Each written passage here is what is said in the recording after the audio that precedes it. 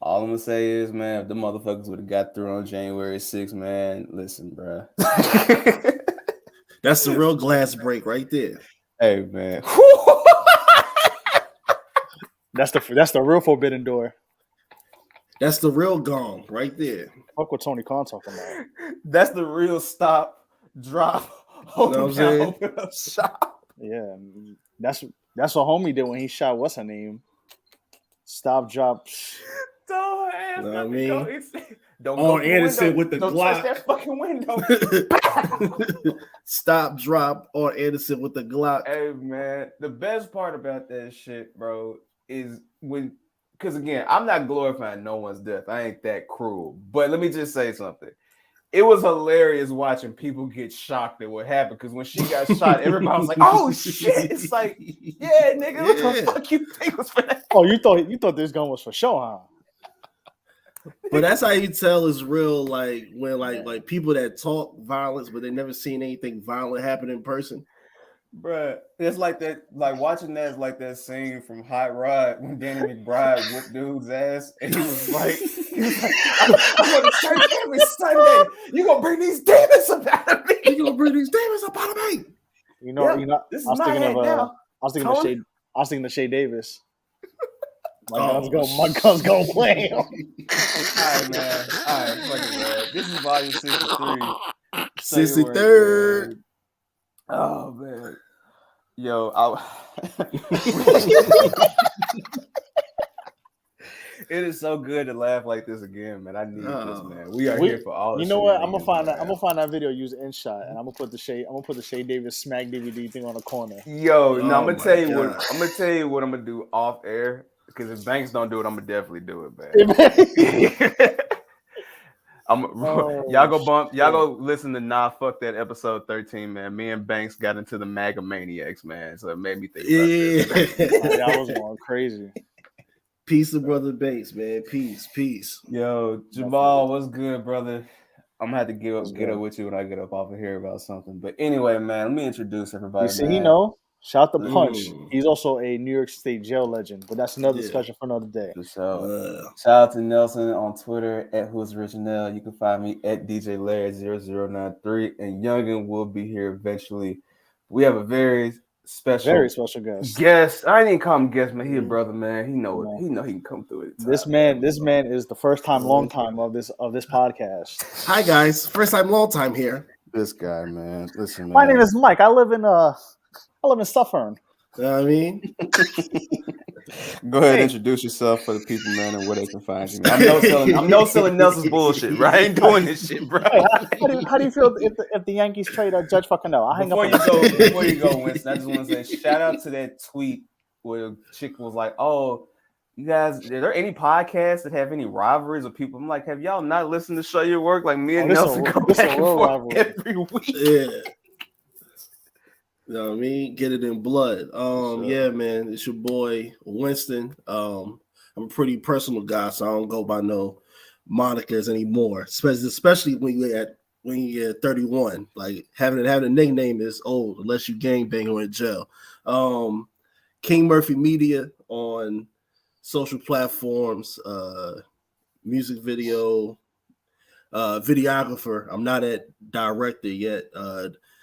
Content creator for myself, for small businesses, influencers, coming from Jersey City, living in NC, North Carolina, man. But I just want to just give thanks to the family, you know what I'm saying? Youngin, Nelson, DJ Larry, Banks for just letting me tap in, and this is like one of my favorite shows that if I don't tap into YouTube, I'm always on the Spotify Friday morning, like either before or after is Black Announce Table, then Show Your Work. You know what I'm saying? Weekly. We in the multiverse. You know what I'm saying? Salute to the good brothers over there at Black Announce Table, man. Y'all got a rough job, man, because having to cover that fucking incel community every week, man. Yeah. Hey, man. It's great to see. I was with them on Tuesday. Yes, sir. With Banks, we watched I guess it's the inaugural TNA Tuesday. We watched the Unbreakable 2005 X Division Classic with AJ Styles, Samoa Joe, and Christopher Daniels with commentary galore. We watched a good one. Y'all watched the best TNA match ever. Like y'all started off with the best TNA match. Yeah, I'm about to say. You have to go straight to Bookie T doing commentary after that. You gotta Booker T sees him, kicks him down, boom. Hold on, I'll be right back, Kev. I'll be right back, Kev. Yo, I want to say too. So we'll go ahead and jump into the wrestling talk real quick. Shout out to AJ Styles for re-signing as well. I think he got I didn't see how long, but I think they said it's like $3 million a year. $3 million a year, man. Wrestlers, get your money up, not your funny up. AJ said, fuck that Wednesday night shit, man. Pay me. Fuck that flippy drop kicky AliExpress Jordan bullshit. AJ said, I'm sick of that Bullet Club shit, man. Give me. I did that shit for too long. Listen, I did that for too long. He said, "Listen, man, I could play my Sega Saturn comfortably without my hands numbing up on me now." Fam, you know, goddamn well, every time AJ sees one of them marks in the Bullet Club shirts, he's just like, God, damn! I could go reach out. I could go reach for the games I bought when I was in Japan for New Japan like 20 years ago. I could go comfortably. I'm not walking like Dirk Nowitzki right now, bro. He still wrestle at 45. What?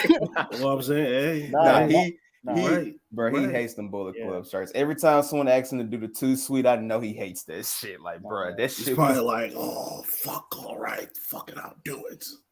Dude, he tried to tuck the bulldog brim a little bit lower. Like, nah, I can't. He got PTSD from them kicks. That's why, bro. All right. Speaking of PTSD, bro. Bumble Brock went legend, dog. Hey. My son Brock was pulling Project Pat kick those.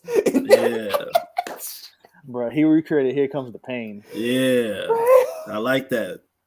Brock was definitely on his shit. Bruh, the funniest part, like my guy Banks said, is when Austin climbed through and he was small enough to fit through that port. Like you thought he was going to escape the chamber, and then Brock grabbed him.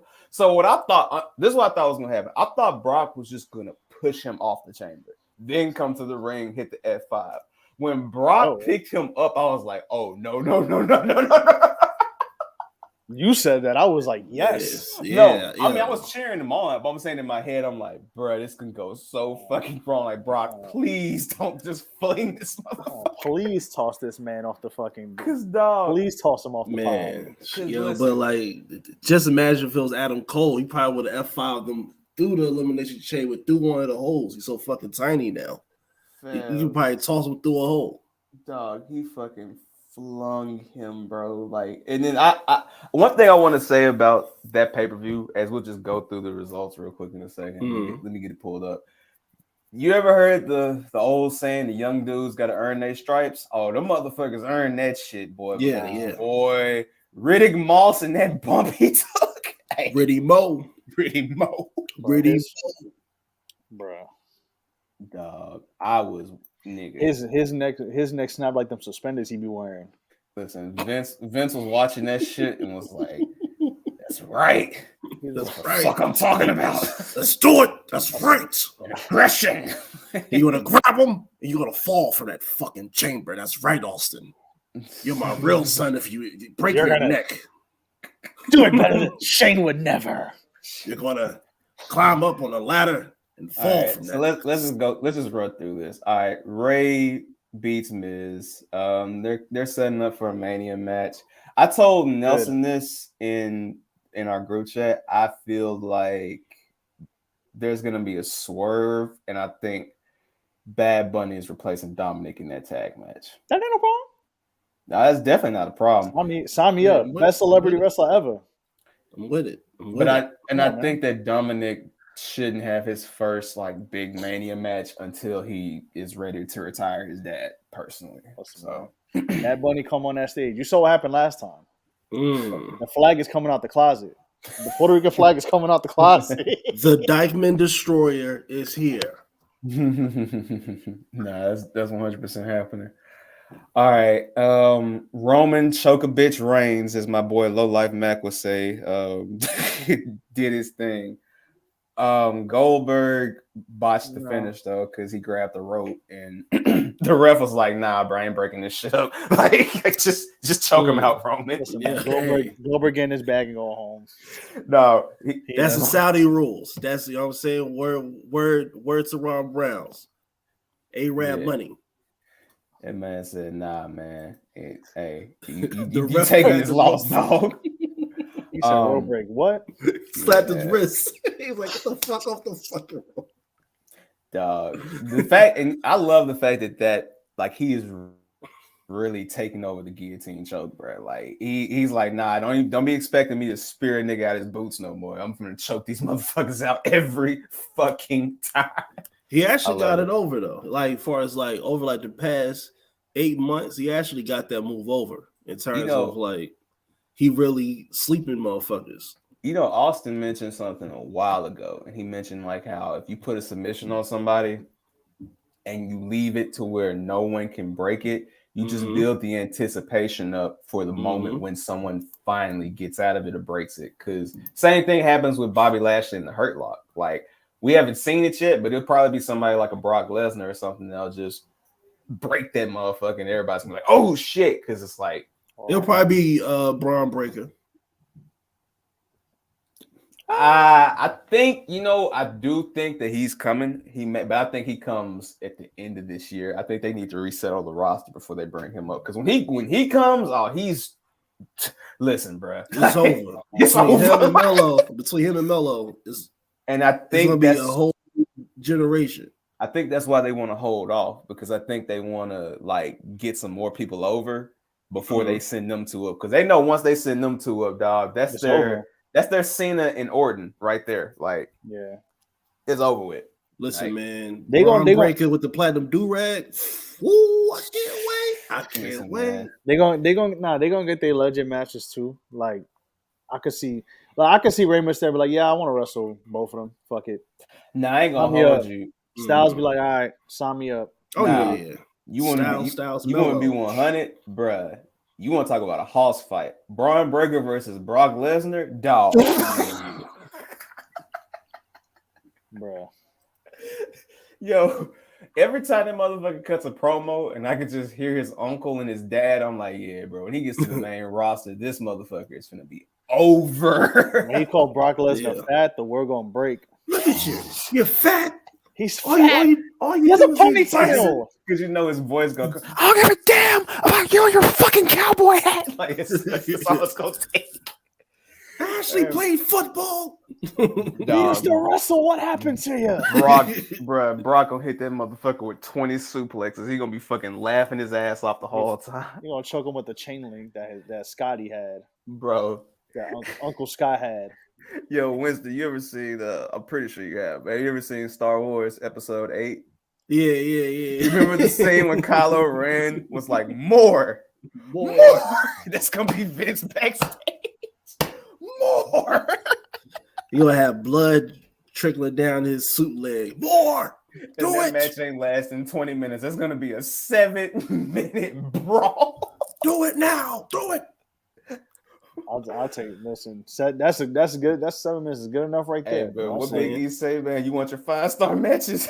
Nah, big meaty men slapping meat. Fire for that. Welcome to the meat show.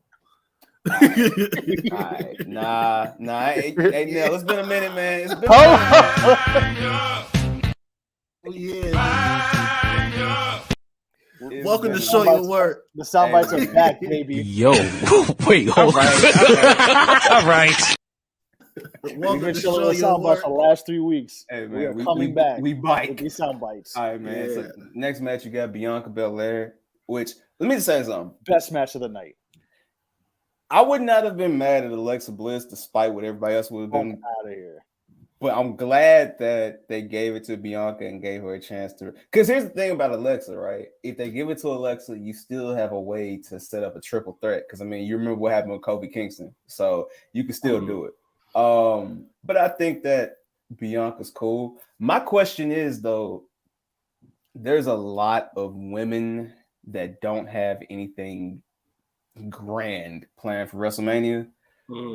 So I'm wondering what they're gonna do because as of today, there's nothing for Naomi, Sasha, Bailey, and Asuka if they come back. Alexa, Doudrop. So I'm wondering if there will be like some kind of like big like women's like tag team match, like it's like a ladder match or something. I think that'd be dope because I don't think we haven't seen that, and I think it'd be cool to see them go extreme for the tag titles. So we'll see though.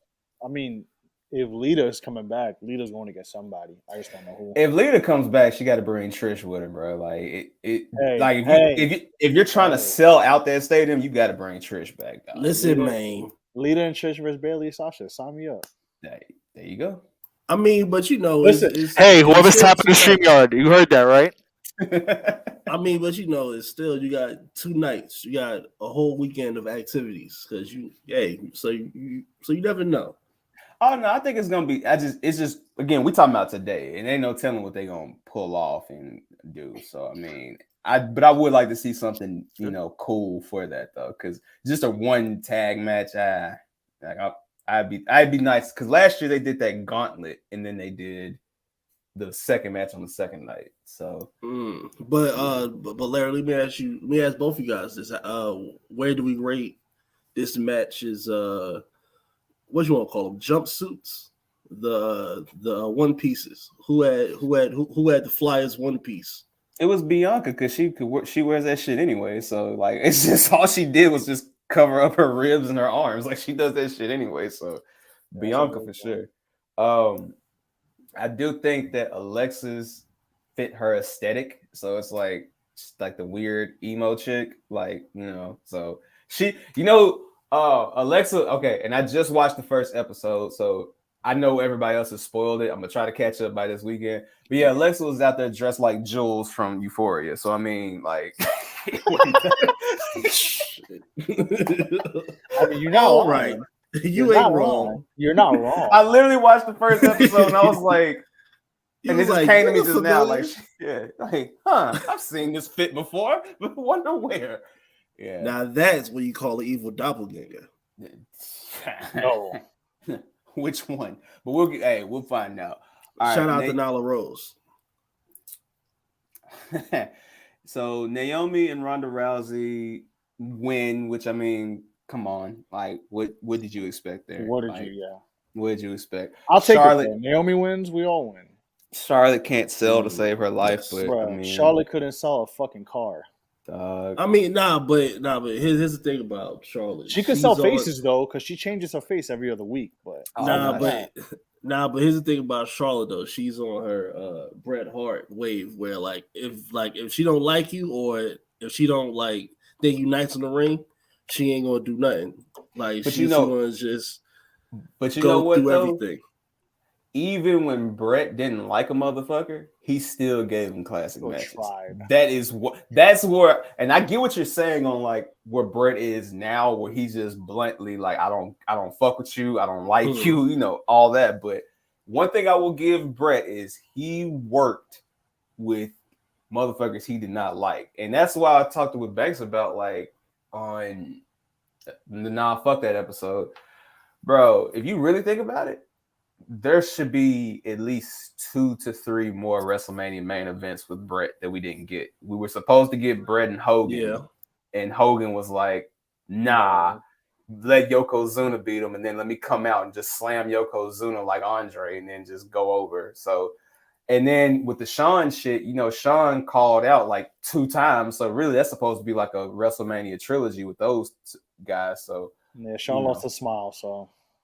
Yeah, that's fucking hilarious. A motherfucker saying I'll retire before I wrestle this motherfucker. Like that is hilarious. That's crazy. Y'all wonder why Bret be so mad because Bret like y'all fucking up the money. So, but shout out to Bret Hart and shout out to Shawn Michaels. All right, Drew McIntyre beats Madcap Moss after he fucking. Well, I don't even blame Drew. Like Riddick should have just put his hands above his face or something, man. He just took that shit straight up, bro. Like that Alabama slam was sick. Like And he was looking crazy. The fact he got up and continued though, I'm like, bruh, your CTE might be sizzling, but I guess I saluted. So, Lita had a decent match with Becky Lynch. I was pleasantly surprised.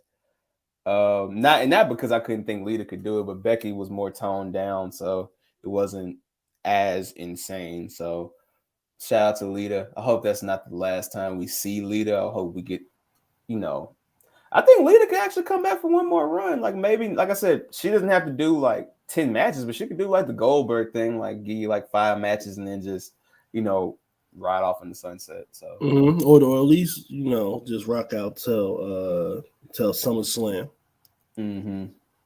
For sure.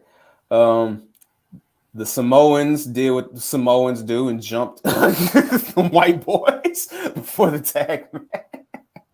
Like people were mad at that, but that was like the plan all along. People were like, oh, they cut the match. Like, nah, they knew that it wasn't gonna get the shine. So Usos keep the titles for now, but I think that changes pretty soon. And so the main event, apparently Bobby Lashley is hurt. So prayers up for Bobby Lashley, man. That's gotta suck because you would figure he'd be somewhat involved in WrestleMania somehow. But apparently he may need to get shoulder surgery. I believe so. Yeah. So they wrote him off, and then Brock Lesnar just came in and did his best Mortal Kombat impersonation and just started killing motherfuckers left and right. Like, salute to Riddle for actually getting his moment with Brock, because I know he was so excited for that to happen, even though Brock flung the shit out of him with that F5. And I mean, listen, man, it's WrestleMania. It's 100,000 people, title for title, dog. Like, I mean, if they pull a swerve. But I mean, dog, you have to sell the tickets, and there's no bigger match that they can make than Roman and Brock at Mania. But I do want this to be their last match, like for real. Like, I mean, I don't mind seeing it again, but just not right now, dog. Like, let's finish this shit because we've seen it. How many years now? Like, 6, probably like 5 or 6. Going on 7. Yeah. So we've seen the shenanigans. We've seen Brock win clean. We've seen Roman win clean. We've seen, low blows, interference. Like, just give us one final one. But I'll just ask y'all just before we go on to our next topic, who y'all got winning with that Roman and Brock match? Roman.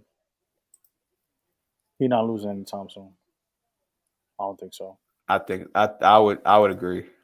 He's not. What's up, Pops? What's up, Dad? He's not losing for at least. He may not lose the rest of this year. I don't know. Before you go, Winston, I'm gonna say this. I think not losing for a while. I think if they give him that title, the WWE title, I could see him losing the WWE title eventually, and I could see him keeping the Universal title until a certain point. Like, whether are they going to unify them or no? That's the thing. I don't think. Okay, well, that brings a bigger question. Should they unify them? I say they should. You should. They should. Shouldn't, because I agree.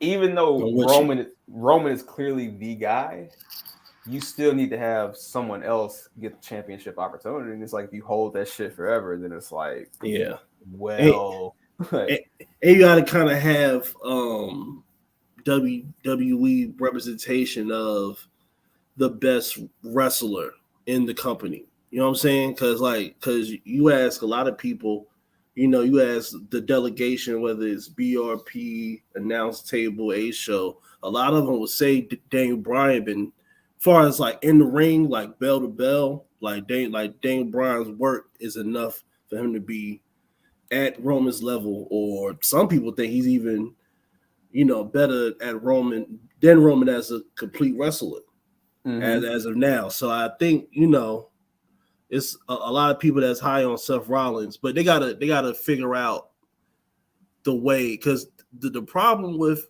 the Raw belt is they get you to the belt. They don't figure out like, and then what? That's like their main issue. Like they'll never figure out how they get you to where you need to be over the next 8 months. Like that was kind of half of Big E's problem.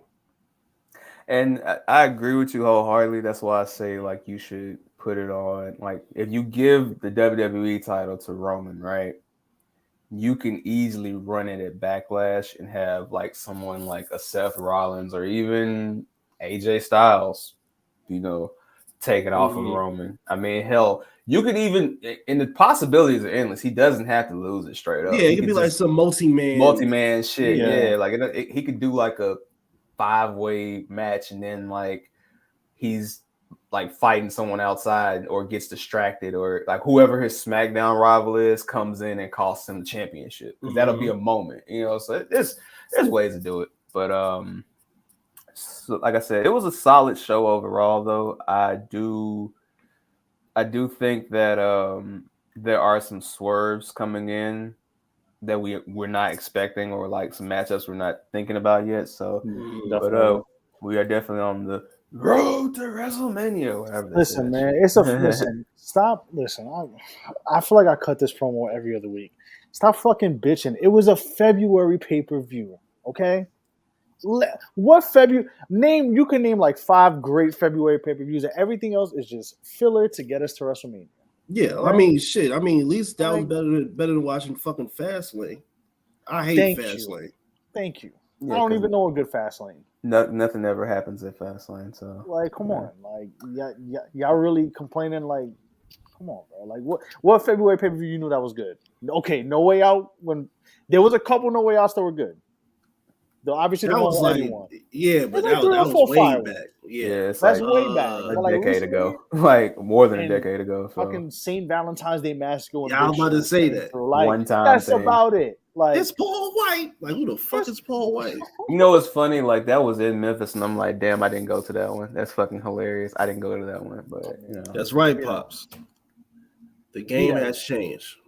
Yes, the game has definitely changed. That's what it is, man. Like, now, speaking of games and speaking of fades, Nelson, are you ready? I've been ready. All right, man. Well, we here. We are here. It's going down. It's going down. Down. Street Fighter Sia. That's 6. Sia. Street Fighter, my boy. We got 6 of them things. Man, all right. Trey, have you seen this trailer for Street Fighter 6? No, I haven't, young brother. I mean, I'm still eating, so give me a minute. Okay. It's cool. I was like, you can just look at the screen, bro. I'm about to share it real quick. Oh, that ain't gonna be nothing to get us booted up out here. Oh no, we use another. No, I have multiple methods, my boy. Yeah. Private channels. We are Eurostepping. Said platform. Yeah, Leo Coleman ain't getting me out here today. Say no more, my said brother. Do your thing. All right. DMCA hasn't seen the worst crossover since Iverson got Jordan. Go ahead, let's go. You know what I'm saying? Right. I'm very excited about a lot of these games, man. I just want to just say that for real. All right, let's run this for the people one time, and then we'll give our reaction. Oh yes. Can y'all hear it? Oh yes.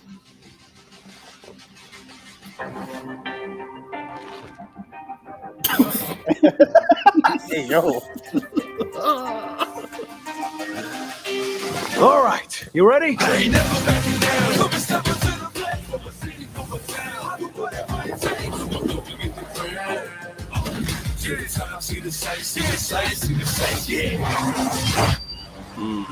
Street Fighter 6.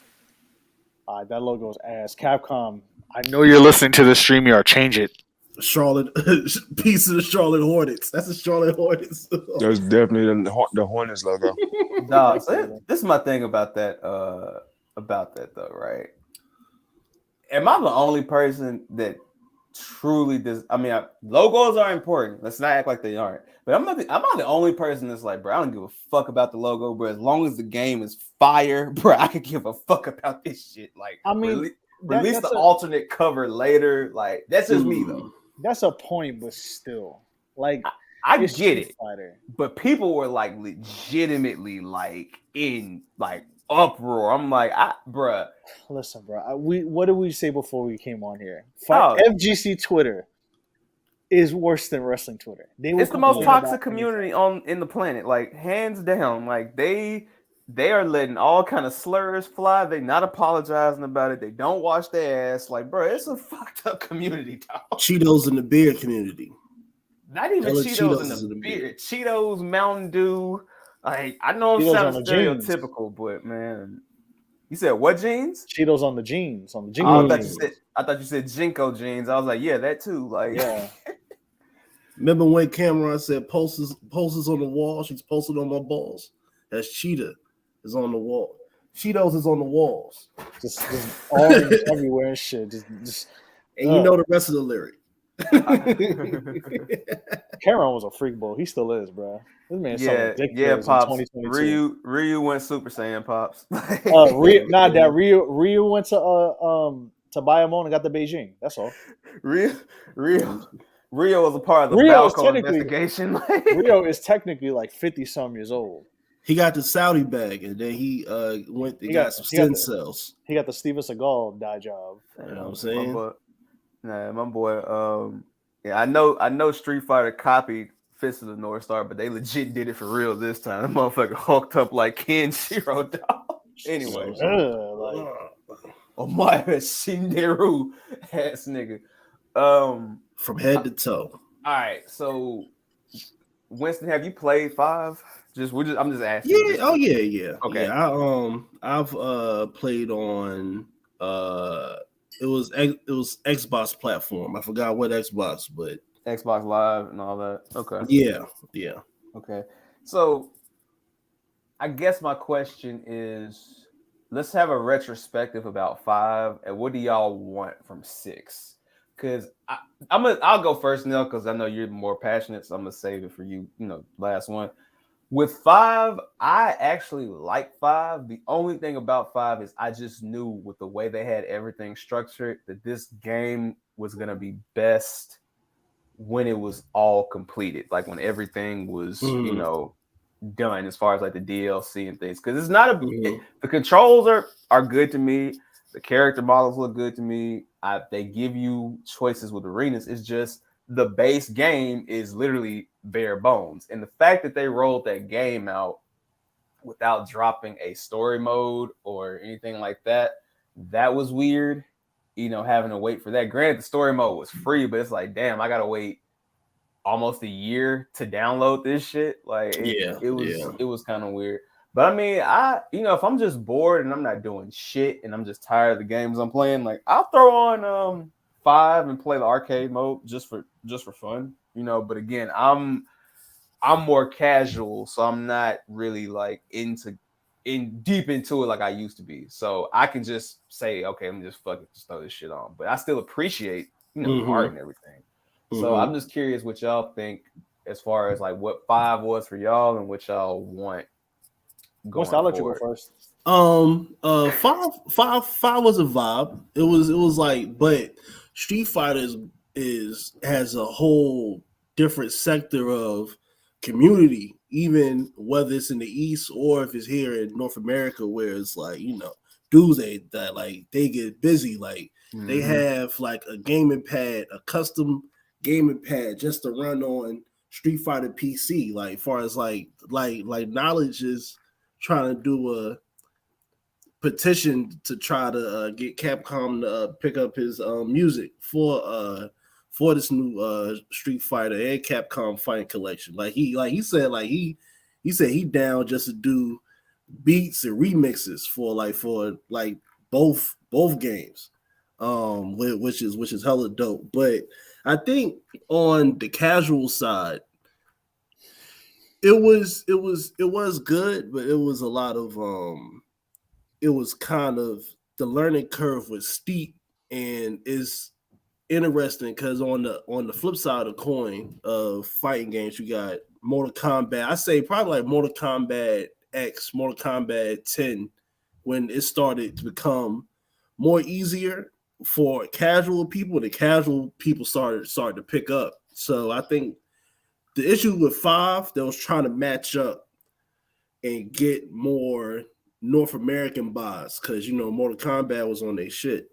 But Street Fighter technically is still one of like the illest games, and like it's so many different moves and different type of breakers that you can get off because Mortal Kombat really the same game. It's just that the story mode is so ill. That's the only difference. But overall, I'm very excited. I'm looking forward to now they starting to roll out the stuff that'll make me buy a PS5 or either that or I'll probably just go PC at this point. But yeah. I got you. Check the private chat for me, Winston. All right. Youngin, you want to say anything? Nope, because I was a Tekken baby. So baby. Left arm, right arm, left leg, arm, leg ahead. I mean, I played Street Fighter, but I didn't play 5.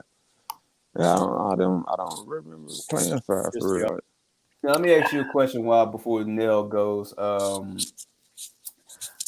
Did you now that you have a 5, right? And really you've got some other fighting games out there, like you've got Guilty Gear, you got like King of Fighters and stuff like that. So it's not like it's bare bones. But if Street Fighter 6 would have come out before the next Tekken, before the next Mortal Kombat, is that something that you might get just to hold you over? For sure. Okay. Because I like Tekken, I like Mortal Kombat, but Street Fighter is like my guy just said, it's its own thing, man. It's like Street Fighter and it's the rest. You know what I mean? Like there's nothing else without Street Fighter. So I'm gonna see. Like I said, I do want to see how Capcom rolls this out and to see if they learn from their mistakes from 5 by just only putting, the bare minimum in there. So we'll see. But Nell, floor is yours, bro. All right. So Winston, what he said was exactly right because this is making me kind of want to get a PS5 when this comes out because I was like, y'all not gonna put the same games I can get for 4 on 5. Like, we ain't gonna be able to do it. I ain't gonna be able to do it. You know what I mean? I got bills to pay. But for to be quite honest, with 5, I'm not gonna hold you. I got bored of 5 really quick, and especially when it came out just vanilla with nothing on, I'm like,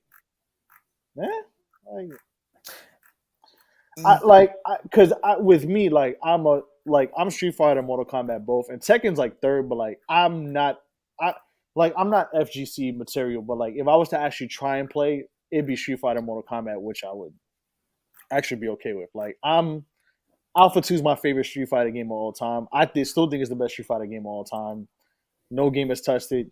Street Fighter 4, too slow. But I feel like Alpha 2 is like the perfect Street Fighter game. So maybe I held it too much to that standard, but I feel like with 5, it was a good game. I just hate that it was so vanilla when it came out.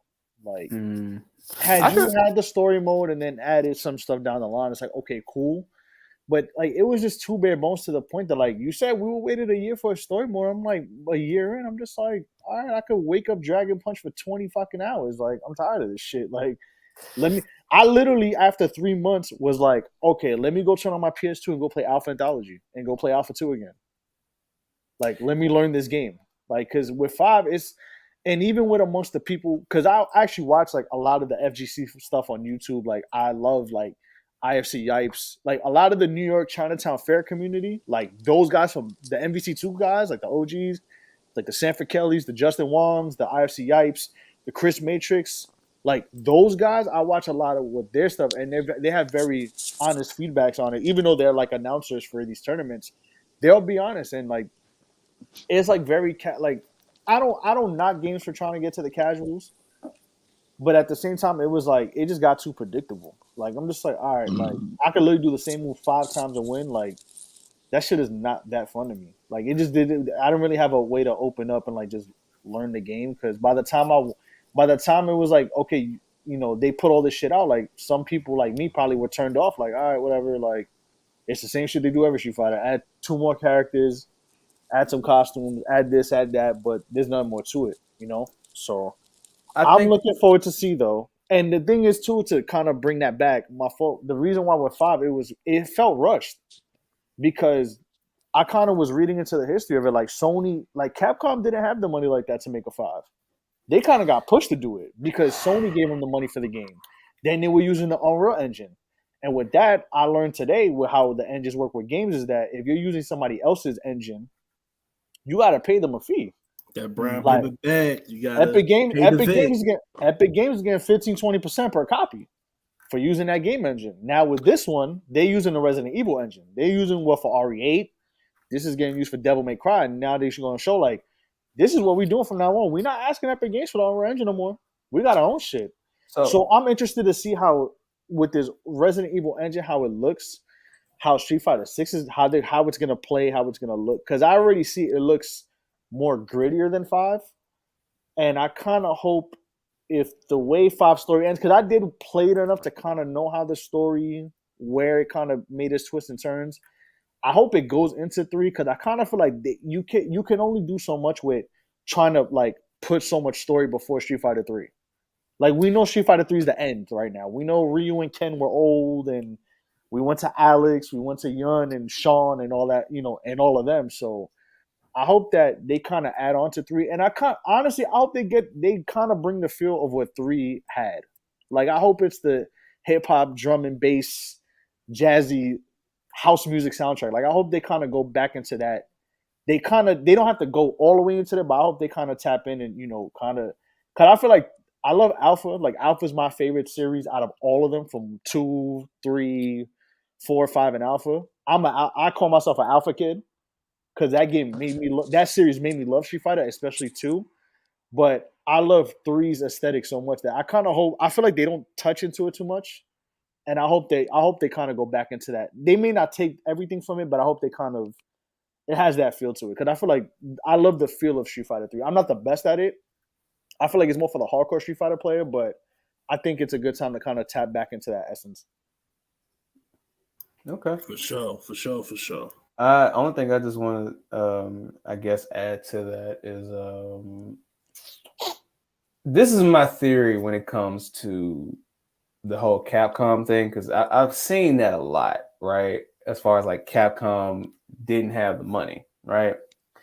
This is my theory. Maybe I'm a weirdo. I'm a weirdo, but maybe I'm even more of a weirdo for this.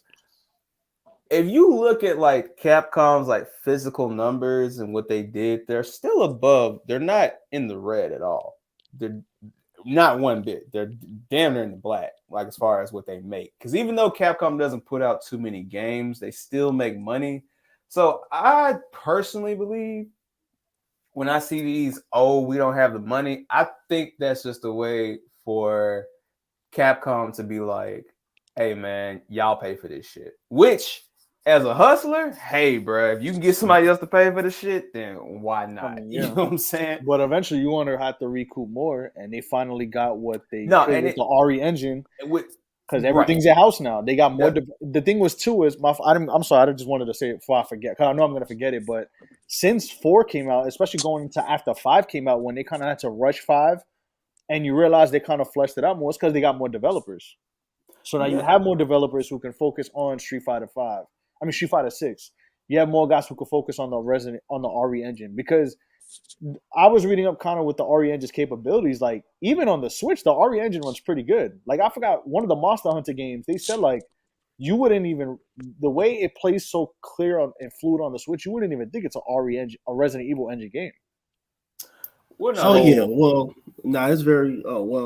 very smooth. And the only thing I'm gonna say on this subject, I'm gonna let y'all rock out, is like when they rolled out the Matrix movie and they kind of made the Unreal Engine public, and like a lot of music videos you see now, like the Green Juice ASAP Ferg video, that like that is an Unreal Engine video. And now if you got like a strong enough PC, you can create Unreal Engine shit. So now they kind of getting commercial. So I see why Capcom had to go with the RE, because now it's like y'all trying to do some Beats by Apple shit. Now you're trying to run the price up.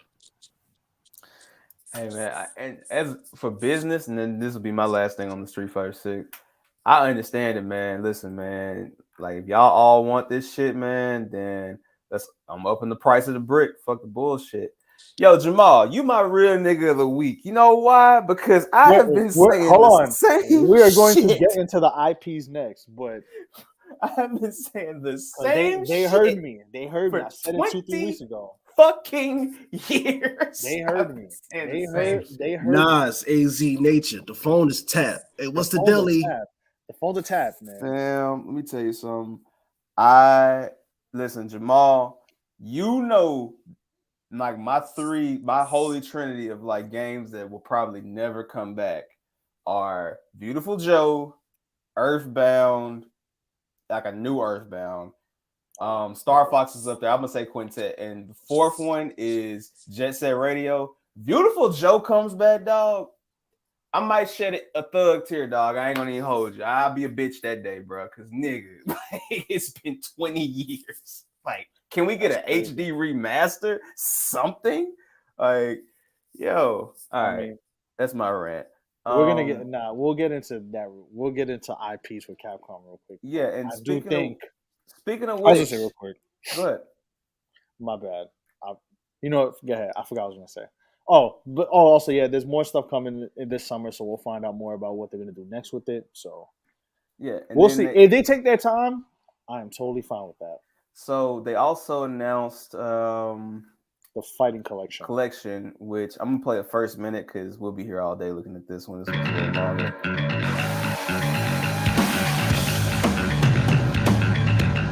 This is type of shit that we need. Yeah, it's that music. It's that music.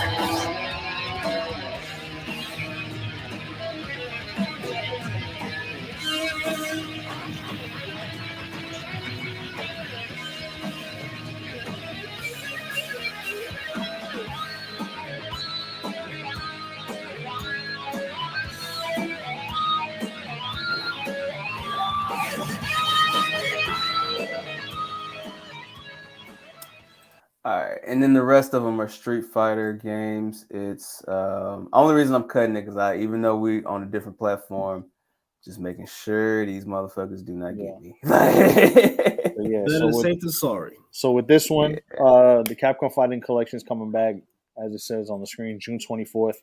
Hold on, I'm about to share the other tab so you can see all the games. So I was gonna run them all. I know every game. Let's go. No, I know. I'm just saying for the people. Listen, for the people. For the people. The StreamYard is tapped. They heard me. So we're getting all 5, not one Darkstalker game. We're getting all 5 back in one collection. Listen, shout out to Sega CD, huh? That is true.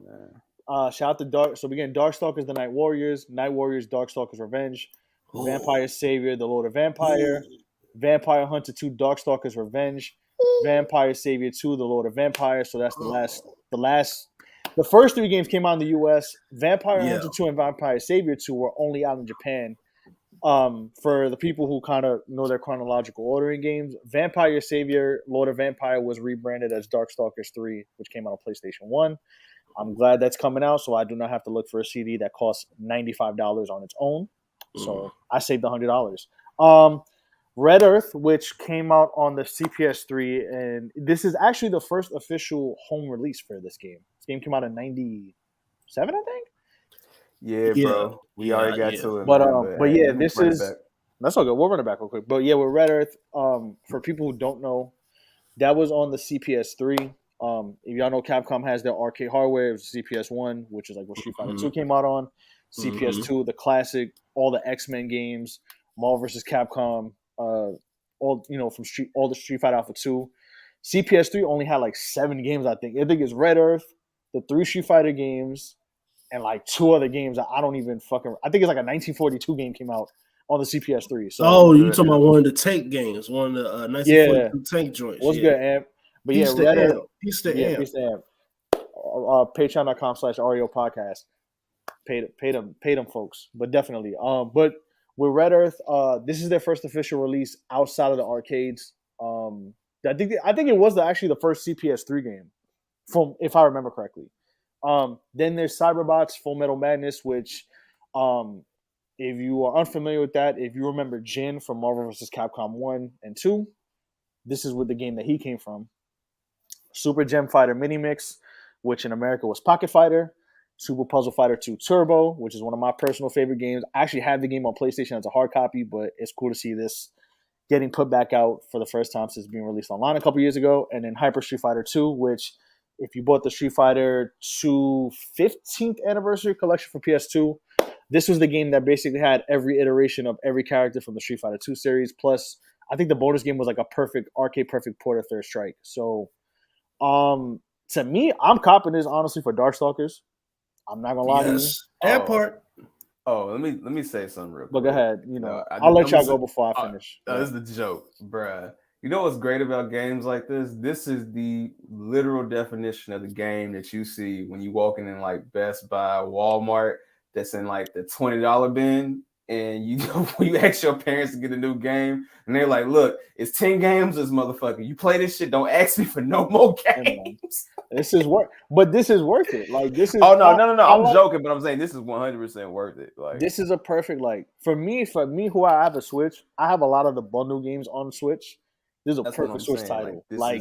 You want to go cop this, go play it on the road, turn it to connect to your computer, go play some Darkstalkers, go right ahead. But I'm looking for. I mean, I like it. I like Darkstalkers. I'm not too invested in it like some people were, but I think I always said this is a game Capcom should have re-released, or at least put ports out of. Like, they've only done 2 anthologies, which one was in 2005, which was only in Japan, and then there was the PSP game, and then there was the 2013 online exclusive, which I forgot I think it was the Darkstalkers Chronicle or something like that, collection. I had a weird title. Yeah, it was like Darkstalkers Collection Chronos or something like that. It was only the first 3. It was only the first 3 games. I don't think Vampire Hunter 2 or Savior 2 was on it. I could be wrong though, but I think it's cool that you're only not getting one of them. We're getting all 5, including the first 2, including the last 2 that did not come out in North America. So, and Darkstalkers has like a cult following, which I knew was popular, but I didn't know it was that much of a cult following that people were like, "Damn, Capcom released a Darkstalkers." Oh yeah, and I've complained how Capcom. I'm like, yo, y'all got all those IPs, bro. Like, I understand Street Fighter, Monster Hunter, Resident Evil, Devil May Cry. I get it.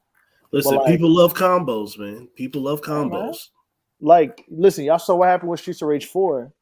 What you should do is give it to Iron Galaxy, or what was the story that in Streets of Rage 4? I can't remember off the top of my head, but it wasn't Digital Eclipse. I can't remember. But give it to them. Let them do Final Fight. Let them do a new Final Fight. Listen, we give me something. You know what I mean? We're at the age though where when we're just waiting for re-releases of our favorite games. It's not that we don't like new IPs, but when you get older, you just want to play the shit that you want to play. Like, I know Youngin can probably chime in on this one if he ain't fucking that food up. Like, me personally, dog, like, I need a new Fight Night Knockout Kings. I need something, bro.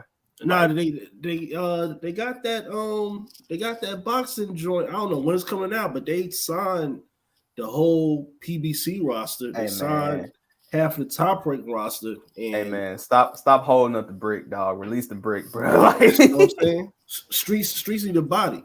Something like, I don't even give a damn if it's a fucking re-release of just re-release Fight Night Round 3, dog. I'm good. How about so they give me Fight Night Round 3? Hold on, I thought I was lying. Let me give you the spotlight, bro. Hold on. Shine a light on them. In case y'all thought I was lying. Okay. This is the official. Yo, is inside, y'all. Yo, Nelson, you remember? We got Alpha Anthology 2. Best $15 ever. If you can find a copy of this and you have a PS2, buy it. You will not regret it. You'll probably get it for even cheaper. I think I paid $15 for this. Go ahead. Question: Isn't Alpha Aren't all the alpha games in that 30th collection? They are, but this is from PS2. I had this when it came out. Got you. Mhm. Okay. Yeah. Yo, but Nelson, you remember on PlayStation 1 before like they had the middle PlayStation before PlayStation 2, it was like if you had like the spring with the chip in the back, you can like play like all the Japanese games like far like that's why I played most of these games from, especially after Saturn and Dreamcast went out. Like far as like I was playing a lot of these joints, I was playing the Dragon Ball Z games. I was they playing had like, a a lot mod of for that. Japanese. I remember those. Yeah, definitely. Like I couldn't. It sucks too because the Saturn actually had good ports. Like there are some games from that era that like, especially like the X-Men vs Street Fighters. Actually, the Saturn ports are better than the PlayStation port is ass cheeks. Marvel Superheroes vs Street Fighter is decent on PS1, but X-Men vs Street Fighter is terrible. Oh yeah, and they tax. I'm like, I'm not paying $100 for a shitty game. But see, that's the thing. Like, that's also the era, though, man, where you have like where the developer legitimately would just spend time like on one platform, and then when they got cleared for another one, it's like, all right, fuck it, bro, just rush this shit out, bro. Anybody gonna give a fuck? So, salute to definitely salute to that though. All right, man. And speaking of which, we mentioned things need to come back. So Nell, I know you got excited for this. Like, I might have to get a Switch now, man. I ain't gonna lie. Like, I'm doing the Jadakiss hands out, baby. Super Mario Strikers is back, baby. Let me just say this: I'm not. Summer's in. I'm not going to. We back in 02.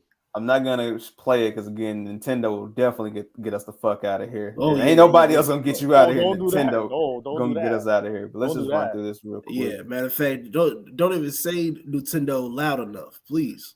Man, I would say something, but I ain't trying to get us canceled. I want to be able to walk through Japan freely. So, Nintendo, don't do that. Don't. You got Xenoblade Chronicles 3.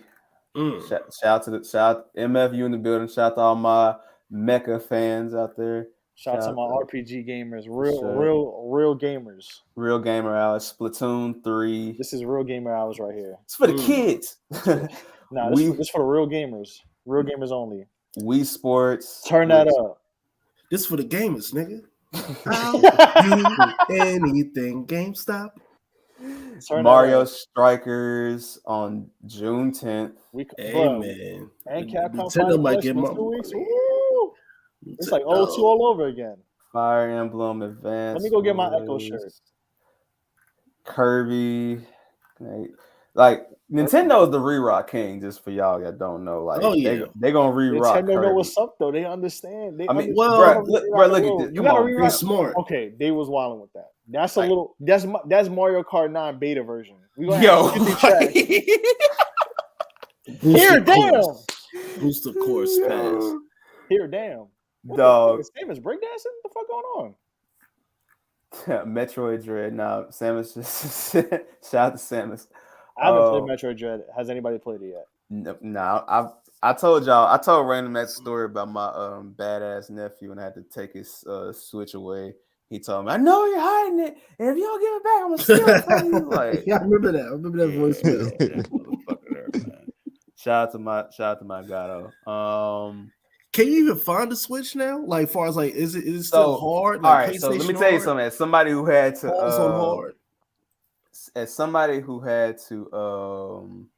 go and actually find a new Switch around Christmas time, yes, you can. It's just one of those things like when you see it, you better grab that motherfucker while you got the chance. Like, see, man, but this is shit that made people like. It's gonna be a lot of people that's gonna just move the PC because this shit started to get out of hand. See, so shout out to all the PC gamers out there. I respect it. I respect the grind, but I be in my head like, bro, I'm gonna put so much money into this shit and never use it, and that's why I'm just like, nah, bro, I can't even do it. I'm just gonna peace out, pops. But that's why I'm like, bro, I'm just chilling, bro. PC, man, listen, bro. Listen, like, that's why with the Switch, I cop some games that I know I'm gonna want to play again. Like I could have bought the 30th anniversary for PS4, but I bought it for the Switch, and then plus I've shown y'all the arcade. I don't think Winston's seen it. I have the arcade stick, the Street Fighter arcade stick for the Switch.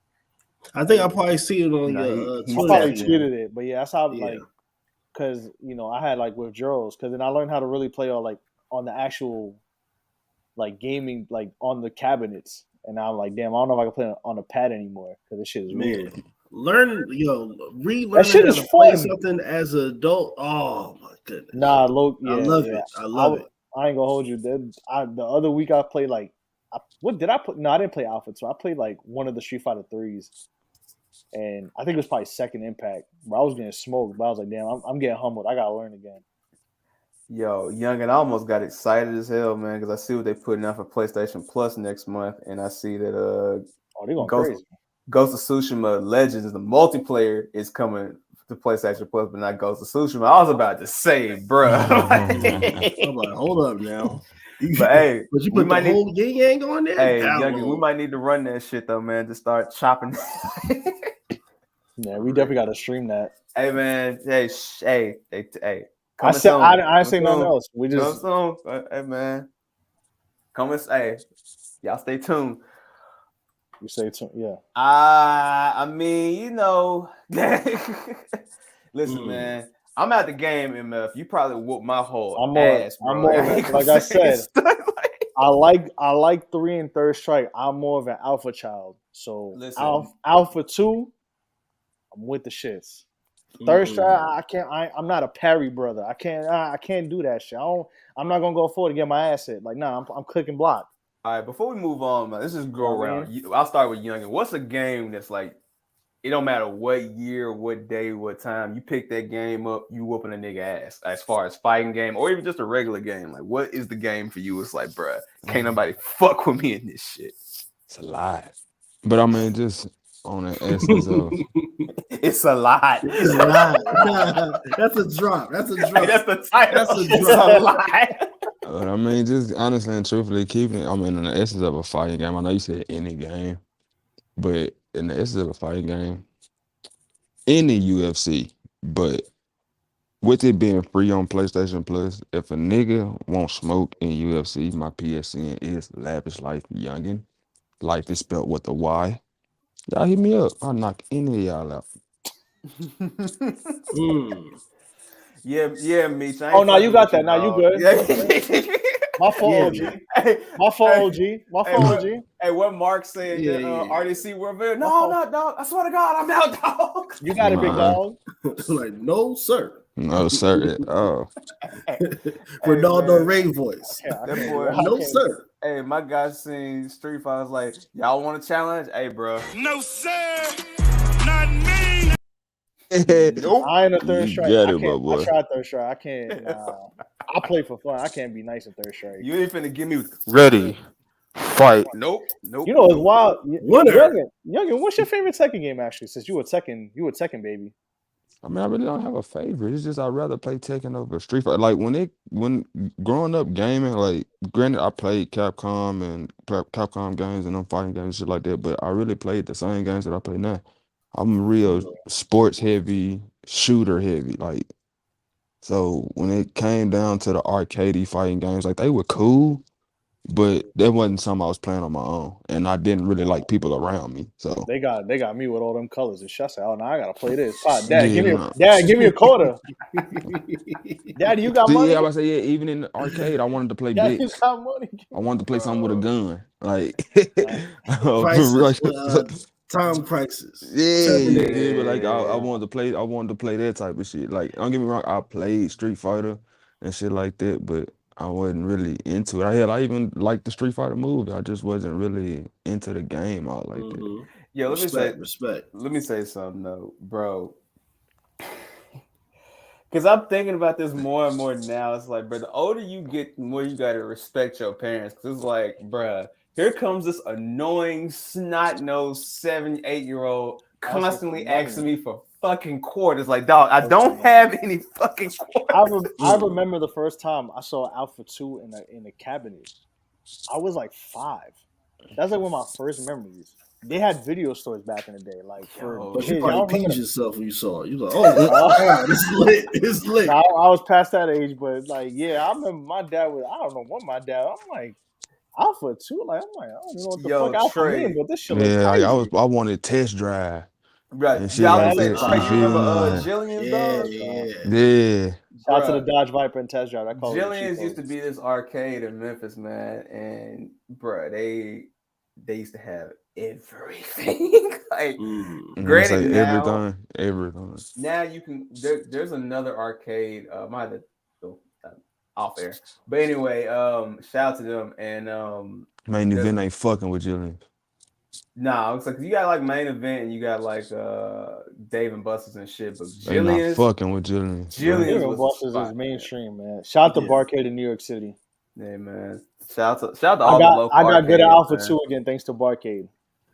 I got many beers for them too. But I did a joint called Round 2, and it's like like those adult playlands where they have like half is like 20 bowling lanes and the rest is like games.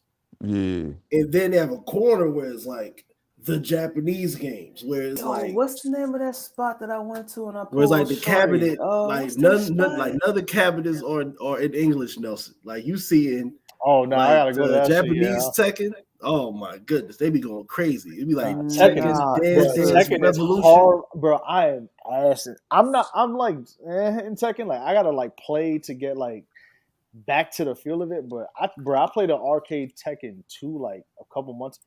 It was like more. It was I went with my girl to San Diego and there was an arcade.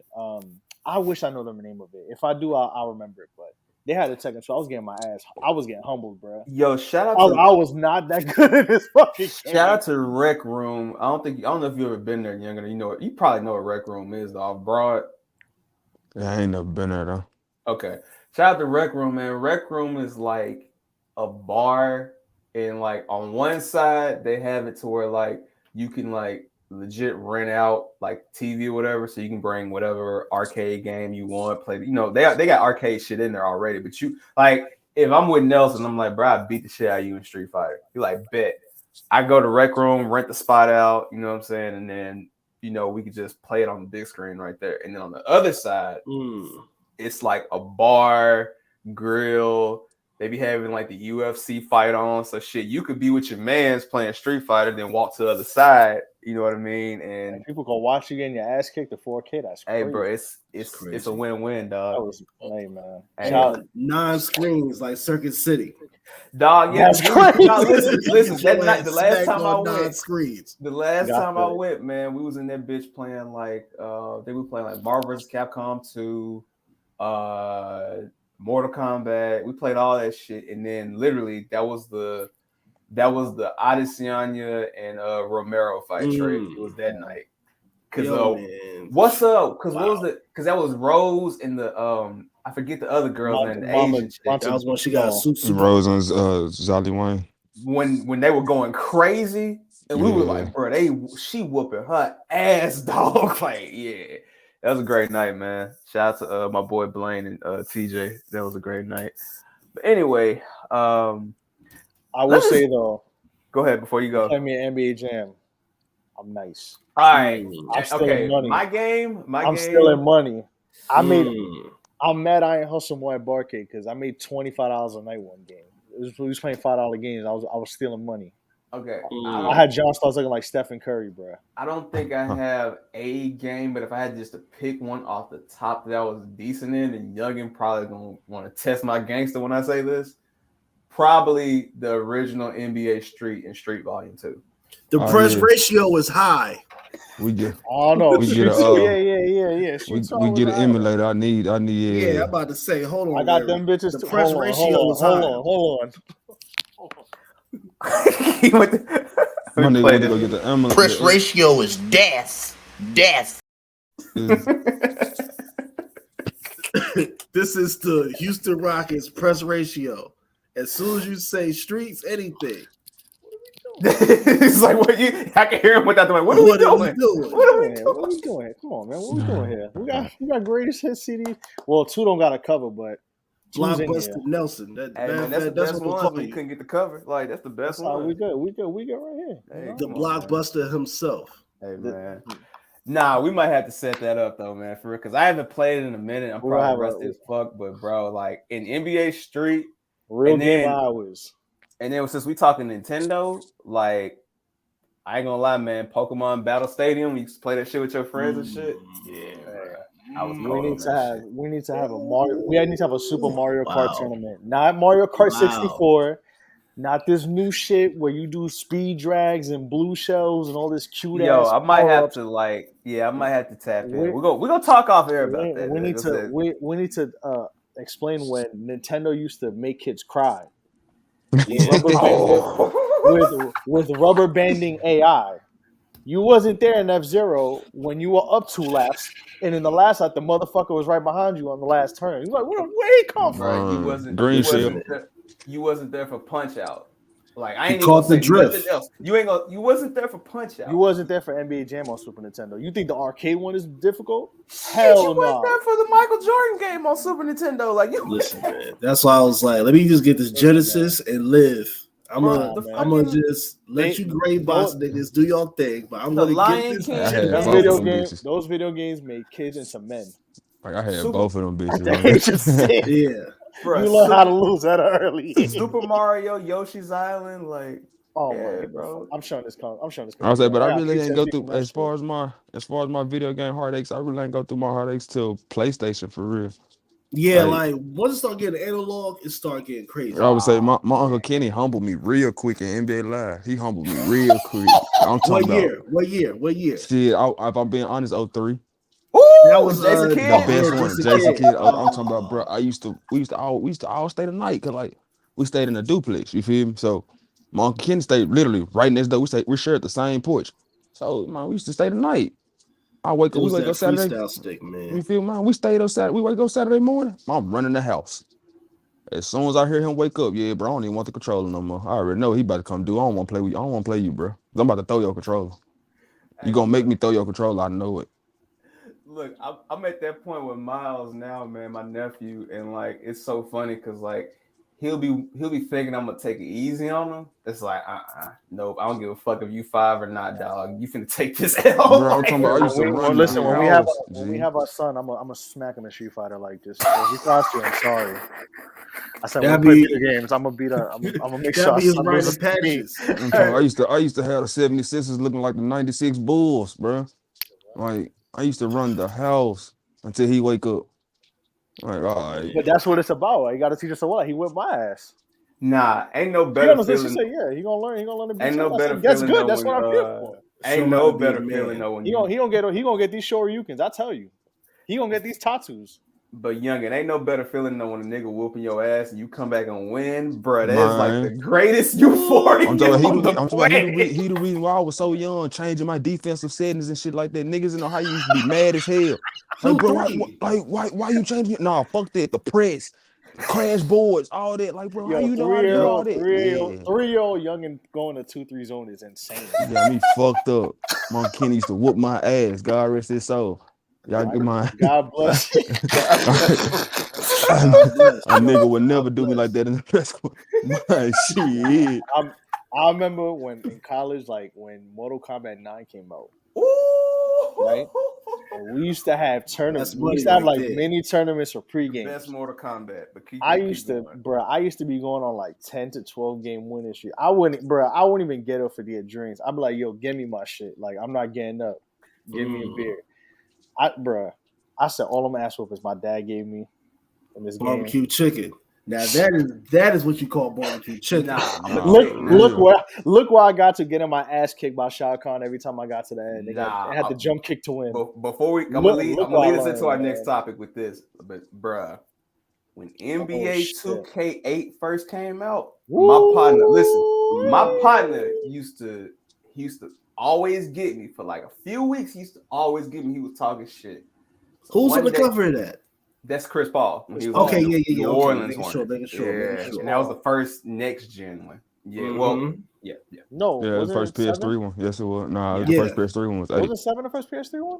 No, 7. They think they came out with the port for 7 later, but the first main release. Oh, the first one was when it started getting 2K. crazy. Like you're right. 2K, it was 2K9. Yeah, like 2K when it started getting crazy. Bruh, so listen, one day he picked the Phoenix Suns and I picked the Mavs. And like first quarter, he got me.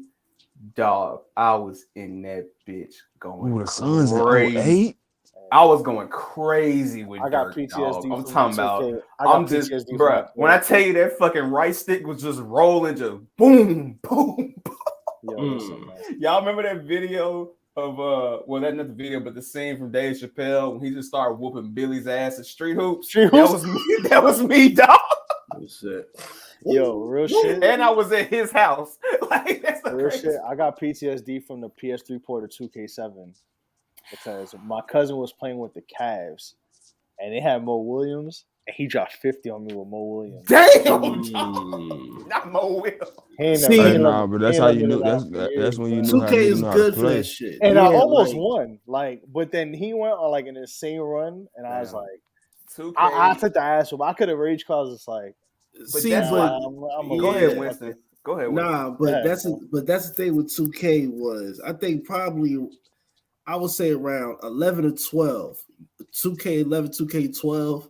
That was the peak because that was like you had to know how to play the game for real. Yes. Mm-hmm. Like each position, you know how to play. Yeah, you know how to be a point guard. You know how to be a shooting guard. Yeah, you know how to be a big man. You had to know how to even like. I remember like 2K9. If you had the Nuggets, that's like fucking. That's like having an all-star team because that was when that was like, a good year. But like J.R. Smith could be 3 for 20, or he could be like 8 threes dunking on like 5 posters. Damn. That team, no lie. Like there's always like that was my favorite team for a couple years. Like which team should have got a ring. Like how we Andre bring Miller in the OKC in them. Dog. Phoenix Suns in that time is brought up, but that Denver team of Andre Iverson, Melo, Camby, JR, Kenyon Martin, Chauncey Billups came later on too. Damn, they should have. Do we blame the players or do we blame the coach? Oh, fuck George Karl. Man, fuck George Karl. Yeah. Fuck him. Fuck him. He the Jeff Fish of the NBA. Yeah, fuck George Karl. And also mid as hell. Mid as hell. Like no, but also too like and keeping it real, youngin. Like I equated when people ask me about the Mavericks, like the fact that Dirk got one is amazing because when you look at it, that just shows you some trash ass teams. Not even the trash teams. Fuck the ass, team. Boy. Look at who he had to play against. Like the Spurs, the Lakers, like the Kings won no holes in the early 2000s. Oh yeah, hell no, yeah. Nah, it wasn't no pump bitch. He had to push. The year that KG had that team with Spreewell, Cassell and them, like the Suns, the Rockets kept a squad. Hell, I ain't even being funny when I say this. The Memphis Grizzlies, shit. Oh yeah, was it ground? What was the ground? Grit and grind. Now, even before Grit and Grind, when you had like Battier, Gasol, like they didn't do shit. I'm about to say, playoffs. But in the regular season, I'm talking about them niggas was bullies, bro. Bonzi, Jay Witt, Bonzi Wells, legend. I'm about to say it's just getting glorified. But Memphis, like the play in Memphis, bro, you been a bully, my nigga. Like come in this paint, you gonna get beat up. Like man. I'm trying, man, them niggas be going out the Mama Ride hooping with them niggas, bro. Taking this Bonzi Wells still got a 901 area code number. That's how much he fuck with Memphis. Like he ain't been a Grizzly in 20 years. He still got a 901 area code number. That's like me. I ain't changing my number. I still got a 718. Yeah, so real niggas. Oh, and since we talking about real niggas, I'll go ahead and put the timestamp here as well. Look at these transitions. Since we talking about real niggas, I want to give Juwan Howard my appreciation. Yes. First, yes. First black man to slap a boy and still keep his job. Listen, man. The way the media was acting about this shit was wild. He said he put his hands out. He touched me. He did there's a breakdown. So if you're listening to this, you didn't know what happened. So they were playing. Wisconsin was playing Michigan, which this is what preceded. I didn't know about black man. But And the post game, which is funny, they're showing the Michigan game because Phil Martelli, the St. Joe's coach, is there. I guess their associate coach. Hey, let me share the video real quick, and then we'll hop in. Let's share this real quick for the people so that we can get context if you missed this. Like you letting them know right there. Yeah, don't touch me. Hey, pull the mask down. Saw that mask move. Hold on, let me pause it. Let me rewind it back. That mask. This is how niggas get their ass whooped. People in general get their ass whooped. I wish you could put like a red pencil, like when Tony Romo be highlighting. Yo, that white boy right there. You put them out on that white boy right there. You see this on this David Letterman looking motherfucker? Yeah, put that on him right there. First it was of all, him. He started everything. First of all, let's rewind this. All right. Anytime a man who's already wearing a mask pulls the mask down, they let you know they from Why you do it like that? Come on, yo, look at how my son he's talking. He's like, let me tell you something, bro. Hold on. I don't give a fuck what you talking about. Now look at the announcer. He's taking his headphones off. Shit. He's like, oh shit. Look at his eyes though. Look, he focused. Now, this is his ride or die right here. This is Juwan's ride or die right here, number 5. He looking like, hey, bro, it's coach. He got help from the projects. He was like, listen.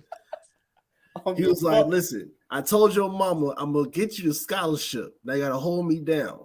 Y'all see this face? This face says, I don't give a fuck about none of that. Man, you hear exactly what that face. Coach swing, I'm swinging, nigga. He got the upside down Jordan headband. Oh no, he's swinging. He from the hood. The security. Hold on. The security right here. Have that song like, I don't give a fuck about none of that. Yeah, I don't think we do.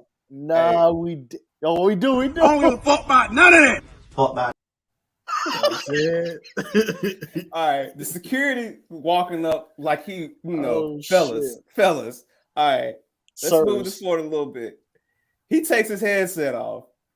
Now, look at him just barging in. Look at him just coming in like, hey, I got it, coach. I got it. Like, this is how you get your ass whooped. This had nothing to do with you. Should have just walked your ass on. He made it worse. Man, Juwan got a sturdy hairline and all them balding. That's how you know they fucked up. And then just look at the shit he's talking. I don't give a fuck. They breaking it up. Now we'll play it again for the people. All right. Right here. This is your moment where you walk away, Pop. Now look at how Juwan is just eyeing him. Like you just see the like he ain't breaking contact. He did the Grand Theft Auto lock target. Insert the Kill Bill sound. He's like, oh, you want this too? I'm about to say, yeah, bring your bitch ass on. He heard that. He heard that little dirt that the teammates are playing. What my son in 40 over just say? Claudio with chance of good. You know what I'm saying? Yeah, we were the same SmartTech. I was about to say that. She hopped in like, dude. Yeah, we were the same SmartTech. This my nigga. Man, you just got fucked up with him. But I ain't even doing it. It don't fucking matter. These are my badges. Hey, we rep the same badges. That's the second time, dog. We rep the same SmartTech. We rep the same badges. I like how you use all these big words. So I don't like how you using all these big words, so I'm gonna take them as disrespect. Don't be my homeboy, be my nigga. Be my nigga. Don't be a nigga, be my nigga. Oh my god! So now what you saying is, hey dog, the best part was he was like, "What you gonna do, bitch? What you gonna do? You want to do something, nigga? Well, fire off then." I remember the first time I watched that with my girl, bro. I was crying at that scene for like 20. I had to pause the movie. Nah, when the Indian dude was like, "Today's forecast, dark and cloudy."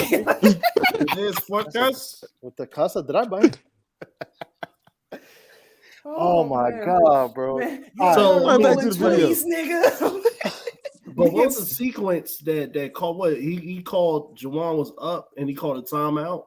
Yeah. So what leads up to this is that my fault. No, go ahead. Go ahead. So what leads up to this is, which I didn't know because I just seen he put hands on him. But I'm like, well, you touched me first. Like what are you doing?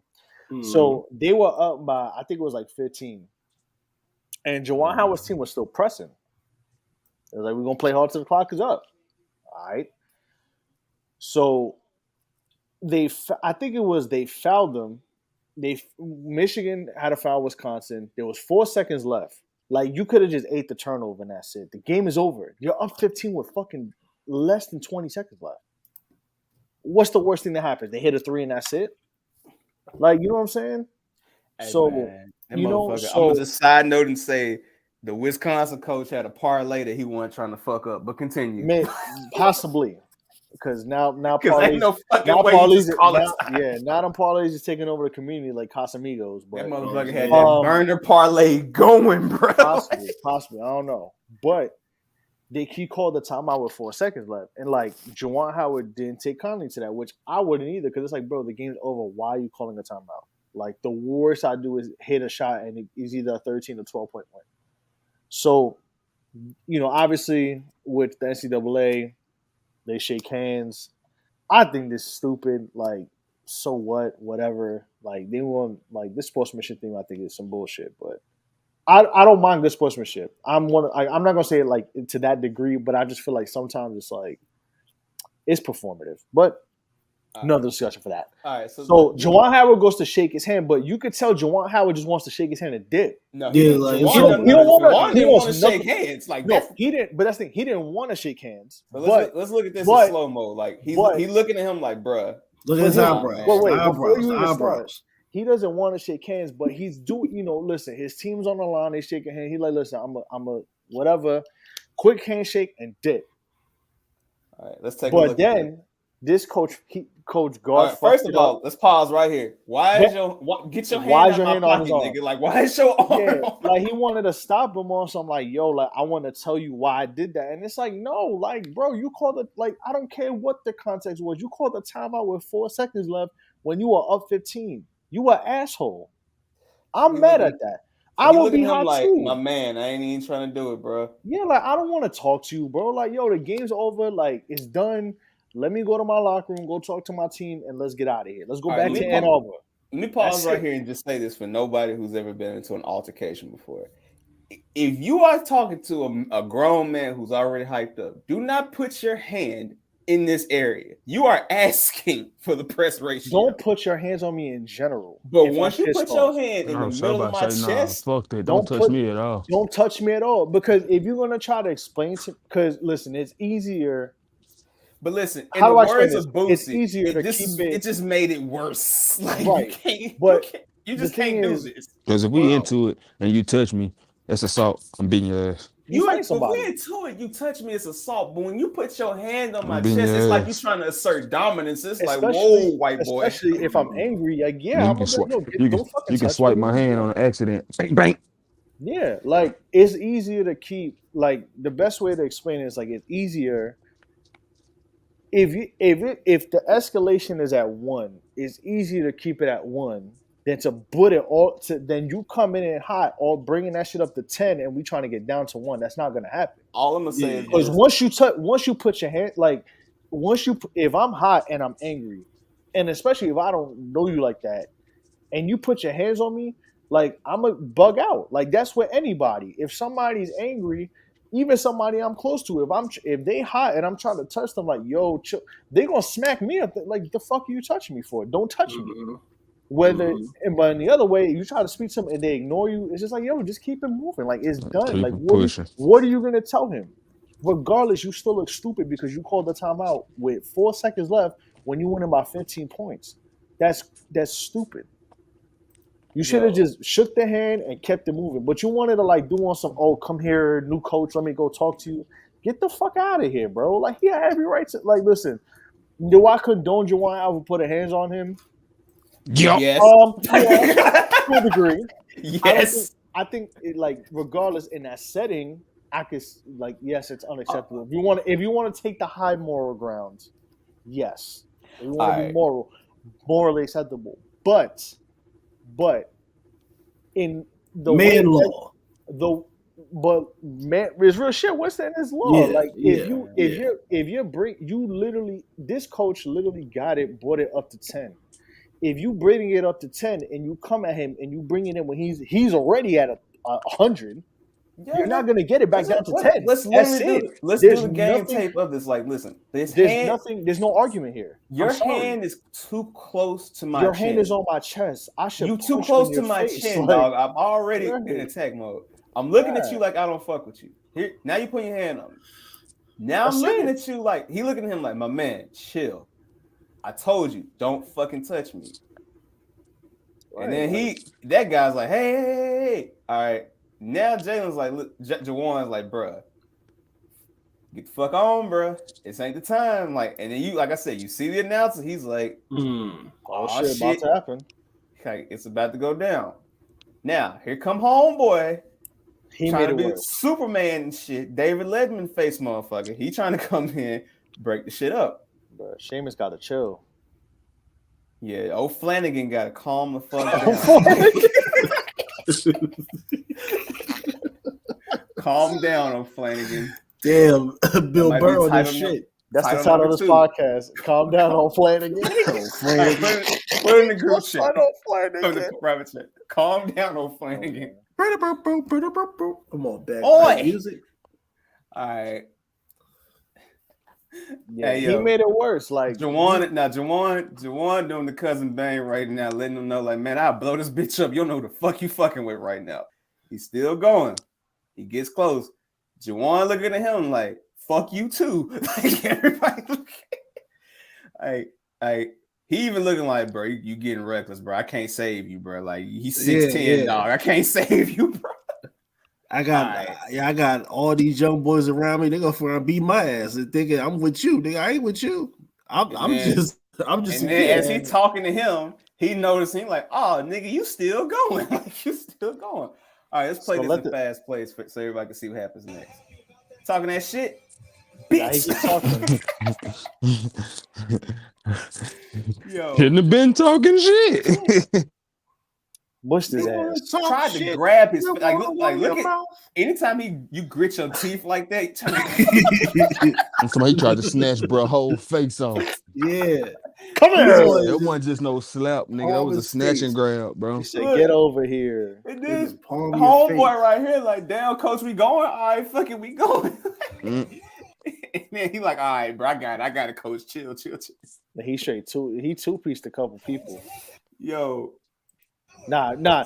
Play the rest of this because somebody gets play it all the way through. My man's getting active. He got two-piece. Bang. Ming. He said, "Bing bong." Them two right there was ready. They were smiling. They like, yeah, we did it. All right, we did it, coach. Let's bring it back. Yeah, coach, we did it. He like, oh, it's up. Fuck it, it's up. My young boy right here, he like, all right, it's go time. Shit, he pushing him. Coach is getting thrown to the side, thrown down. Bro, I'm gonna share the funniest part of the video. I didn't even notice. The announcer looking like, oh shit, do I need to duck and get out the way? Yeah. But the funniest part about this video that no one talks about. I'm gonna show it when it comes up. All right. Yeah. Right here. Look at how the white coach has to be the one to come out and be like, all right, that's enough of the malarkey, god damn it. Hold on. Now calm the fuck down. We're in the same conference. What the fuck is wrong with you? Look at this shit. We're not thugs. Nah, that coach got his ass beat too. He got two-pieced and everything. Damn, the best part is this player. Look at number 33. 33 on Wisconsin walk up like he wants smoke. Oh, hey, look. Hey, he got Meek Mill. Hey, look, too. He threw his hands up like, yo, hey. He like, hey, bro, you got it, boss. You got it, pal. You got it, pal. I ain't built like that. Those jerseys tough though. Those Wisconsin joints tough. I ain't built for no fucking bodies. Bro, anytime, all right, let me tell y'all something. There's a lot of gal haircuts on that Wisconsin team. That's a little spooky. Let me tell you something. Anytime a nigga clap his hands like that, bro, hey, bro, don't fuck with that young man. You crazy. Nah, you crazy. He's like, let's go. You crazy. Let's go. He said, don't fuck with that young man. He had hustle classes in the trailer. I'm going to watch this shit one more time before we go. He was in the trailer. He was in the trailer. He got the headband on the upside down. Nah, look at his teeth. You don't see his back teeth either. He was in the annex. Yep. Yo. He was on his Holmes literally Arnold shit. disappears off the Mad screen. King. That's how you know he was getting it in. Like, he was in that class with 10 kids and 11 teachers. Yo, ain't nothing but Waka Flocka playing right now. Yo, man. Young boys TCG, man. Oh, man. I train to go, shouty. Kick a dough, shouty. Kick a coach, kick a coach, shouty. That's crazy. Oh, man. Hold on, let me make sure I put that. Shit, calm bro. down on Flanagan. But Juwan Howard, he's going to have a big season next year, or they're going to fire him. Well, no, he got suspended. Oh yeah, but they're going but they're going to find a reason to fire him. They're going to find a reason to get him out of there. Yeah, hey, he going to have to get to the Sweet 16 next year. Let me find the picture that's hilarious. That this is what all I can think about. Let me find it real quick, cause bruh, when that shit happened, I said, man, you know, like how, cause Youngin, we'll just a segue real quick. You were down here recently in Memphis. Telling people my movements. Man, it's over with now. And yeah, I'm gonna clown you on air, man, for having me come out to the function with that shit on. No, you had Joseph. So, nigga. All right, what type of function was it? Story time. Fuck it. We here. Go ahead, man. Listen. So, I was in Memphis to bury. Well, I was in Memphis for my mom's 50th birthday, and also to bury my grandfather. God rest his soul. Happy birthday, moms. Rest in peace, Big Casso. So, my mom, before I even get down there, y'all know that me and Larry go back. I was at a high school type shit. So, I'm on the phone, Larry, and my mom happened to call in. Boom. And my mom asked him, "Hey, Larry, you gonna come to the repast?" He say, "Sure." All right. Now, Larry texted me about 2:00 because I told him this is around the time that the repast was gonna start. I thought it was gonna start about 2. So it just so happened at 2:00 we were pulling up to the graveyard, to the burial. He texted me like, "Hit me when y'all go to the repast." Now, normally, no matter what type of funeral it is, if a person is dressed up, they're gonna go home and change their clothes. Me anyway, I don't wear slacks on a regular. I don't wear button downs. I don't wear dress shoes. So I'm only wearing this for the funeral. And I'm thinking my brother knows, since all right, I'm going to my grandfather's funeral, I have to dress up. I'm going to change my clothes. Tell me why this nigga come to my mother to the repast looking like my lawyer. All right, bro. All right. Let me chime in. So let me give my point of view. And Banks Nah, Banks can back me up on this. So look, I FaceTime Banks because I'm like, he ain't never seen us, rate that suit. Next to each other. Rate that suit, my brother, right? Suit, my all right, brother. I don't wear suits. That's the funny part. No, it wasn't the suit. But hold on. So let me get y'all. We lead up to it. I saw Larry Cochran. That's crazy. No. Hold on, I'm getting to it. So Larry, man, Cochran. Go ahead. So listen, I texted because he told me that was gonna be the time. So I'm thinking in my head, because I've been to some funerals before, sometimes the repast is directly after the funeral, and then they do the interment, later. So when I text him, I didn't want to be insensitive. I didn't want to be the one nigga calling somebody, during a funeral or anything like that. So I'm like, all right, well, they finna have a repast. So it's a funeral. I ain't finna just come through with no regular plain clothes, whatever. So I get out there. So I call him because I didn't hear him from him. I'm like, man, the funeral should be done by now. I know he ain't in no 3-hour funeral. Like, I just know. So hey, damn, they got that long. So look, I call him and he like, I'm finna head up there in a minute. So I'm like, all right, so let me parlay a little bit, So I go downtown. Shout out to River City Records. You know what I'm saying? Now, about vinyls in a suit. That's crazy. Now hold on, no, I wasn't in a suit. I was in a cardigan, a button up with a tie, and some slacks with the fucking church shoes on. Damn, what Kanye concert you was going to?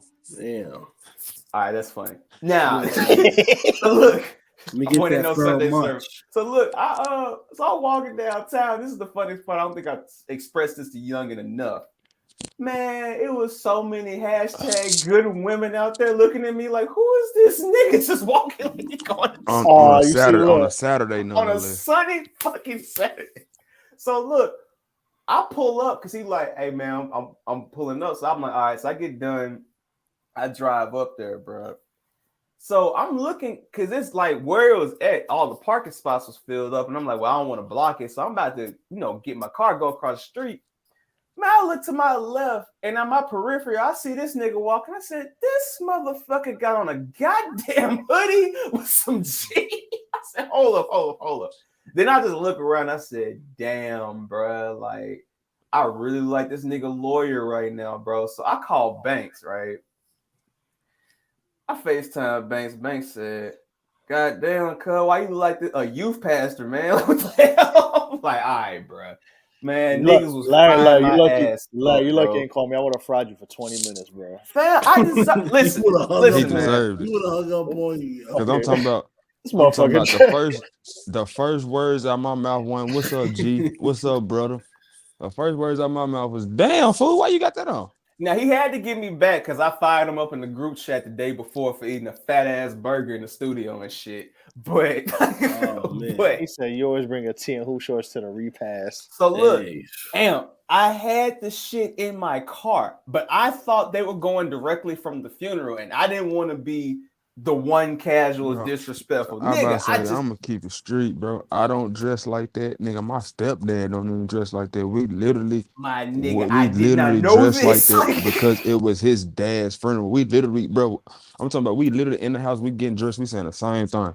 We both looked at each other like, yeah, we coming back home after we bury him, right? He said, hell yeah, I'm not wearing this shit all day. Nigga, you know me. Comfortable neck. You should have neck me uncomfortable. You know what? I will take the blame for my assumption of thinking that, hey,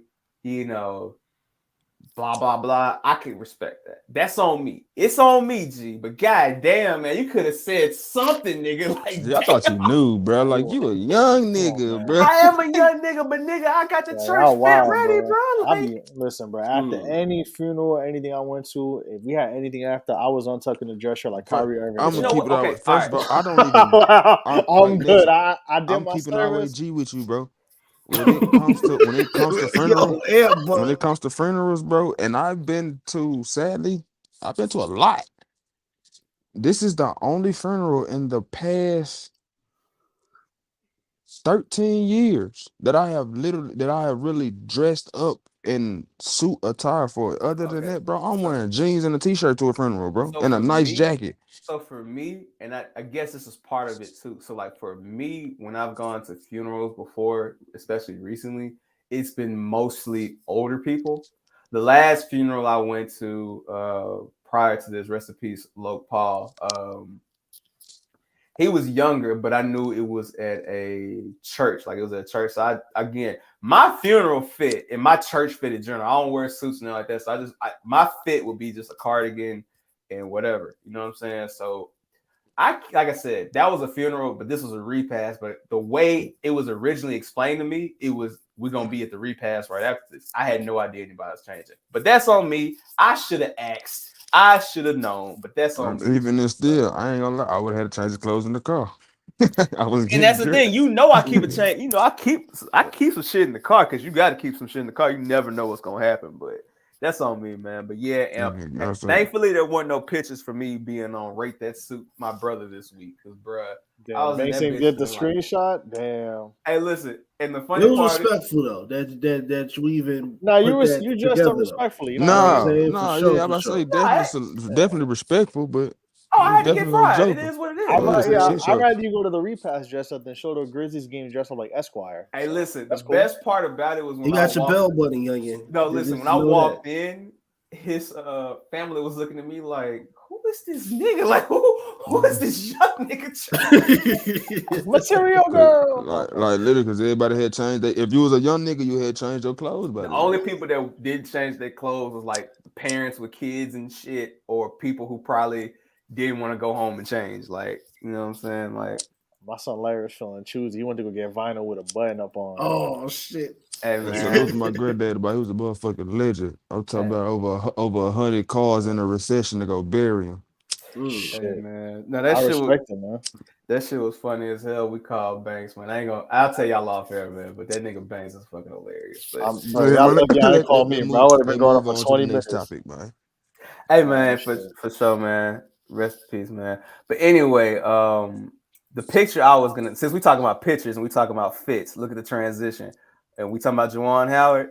This picture is what I thought of when he slapped Homeboy. I said, yeah, bro. Herbo restored the feeling. Ever since this picture. Look at his hands. Damn, he on his Isaiah Thomas. Look at him. Yeah, he was throwing it up. My son, first of all, big fan. You hear me? Next to Herbo, who is, you know what I'm saying, 150 no limit block. You feel me? Big folks. Then he over here throwing up the five. Not them throwing up not them naming the sets on Twitter, man. Don't do that. Yeah. Don't worry about that police, but the picture. I'm about to say. Juwan got the Michigan hoodie. He ain't even got no Michigan J's. He got on the white Oreo 4s. You know what I'm saying? My son Herbo. He just put the suit on for the flick. He's like, hold on, Herbo. Let me put my shit. Make sure I rep the set. You know what I'm saying?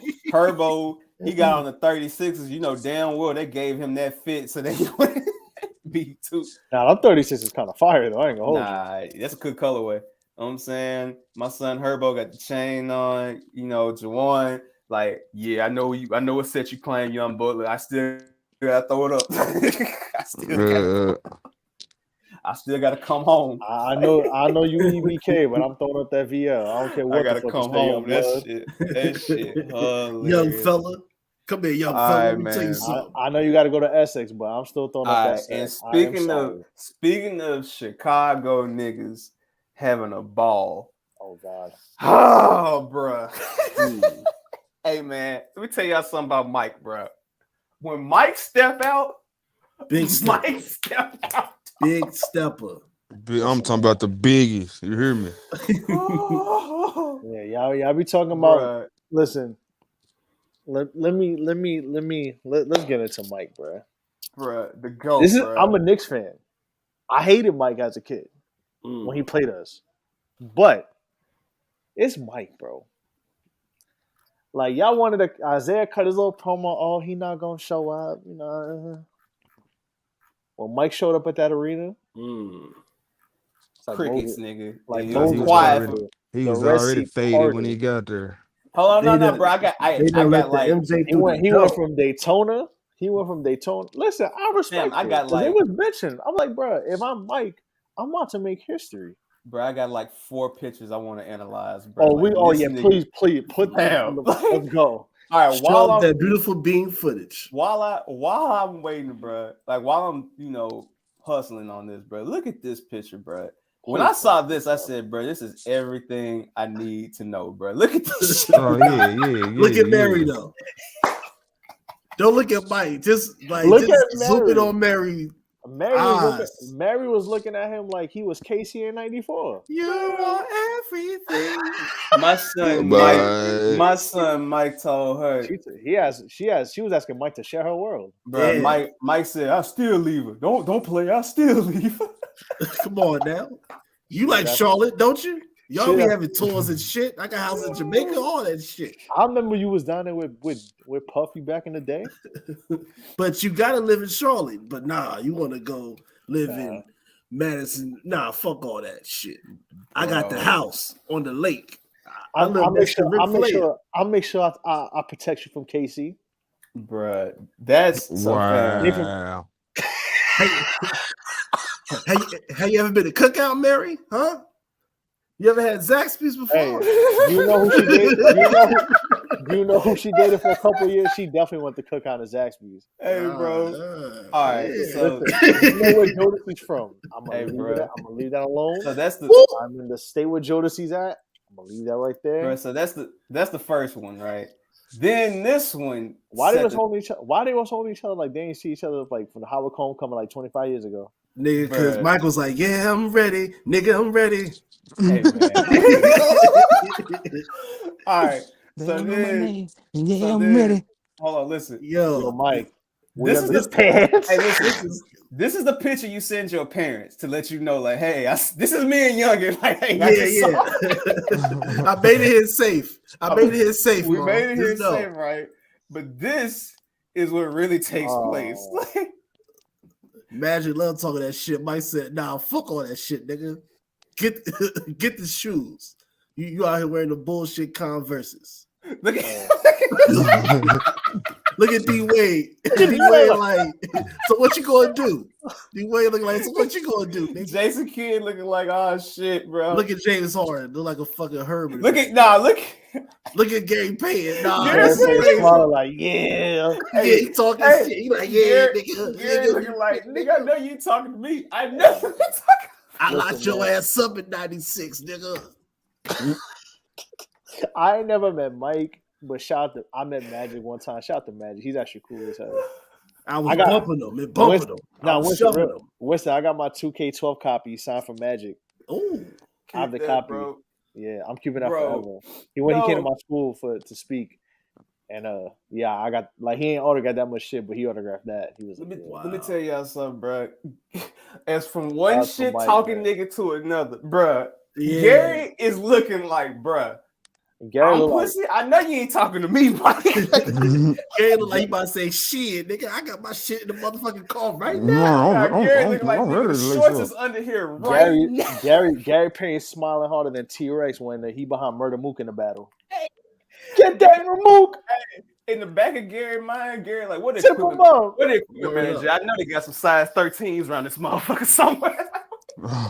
Where's Trey Young lock at? Oh, that motherfucker shit. be shooting. Let me get this shit. Magic trying to laugh it off because he like, man, here this nigga go. Magic just be keying now, bro.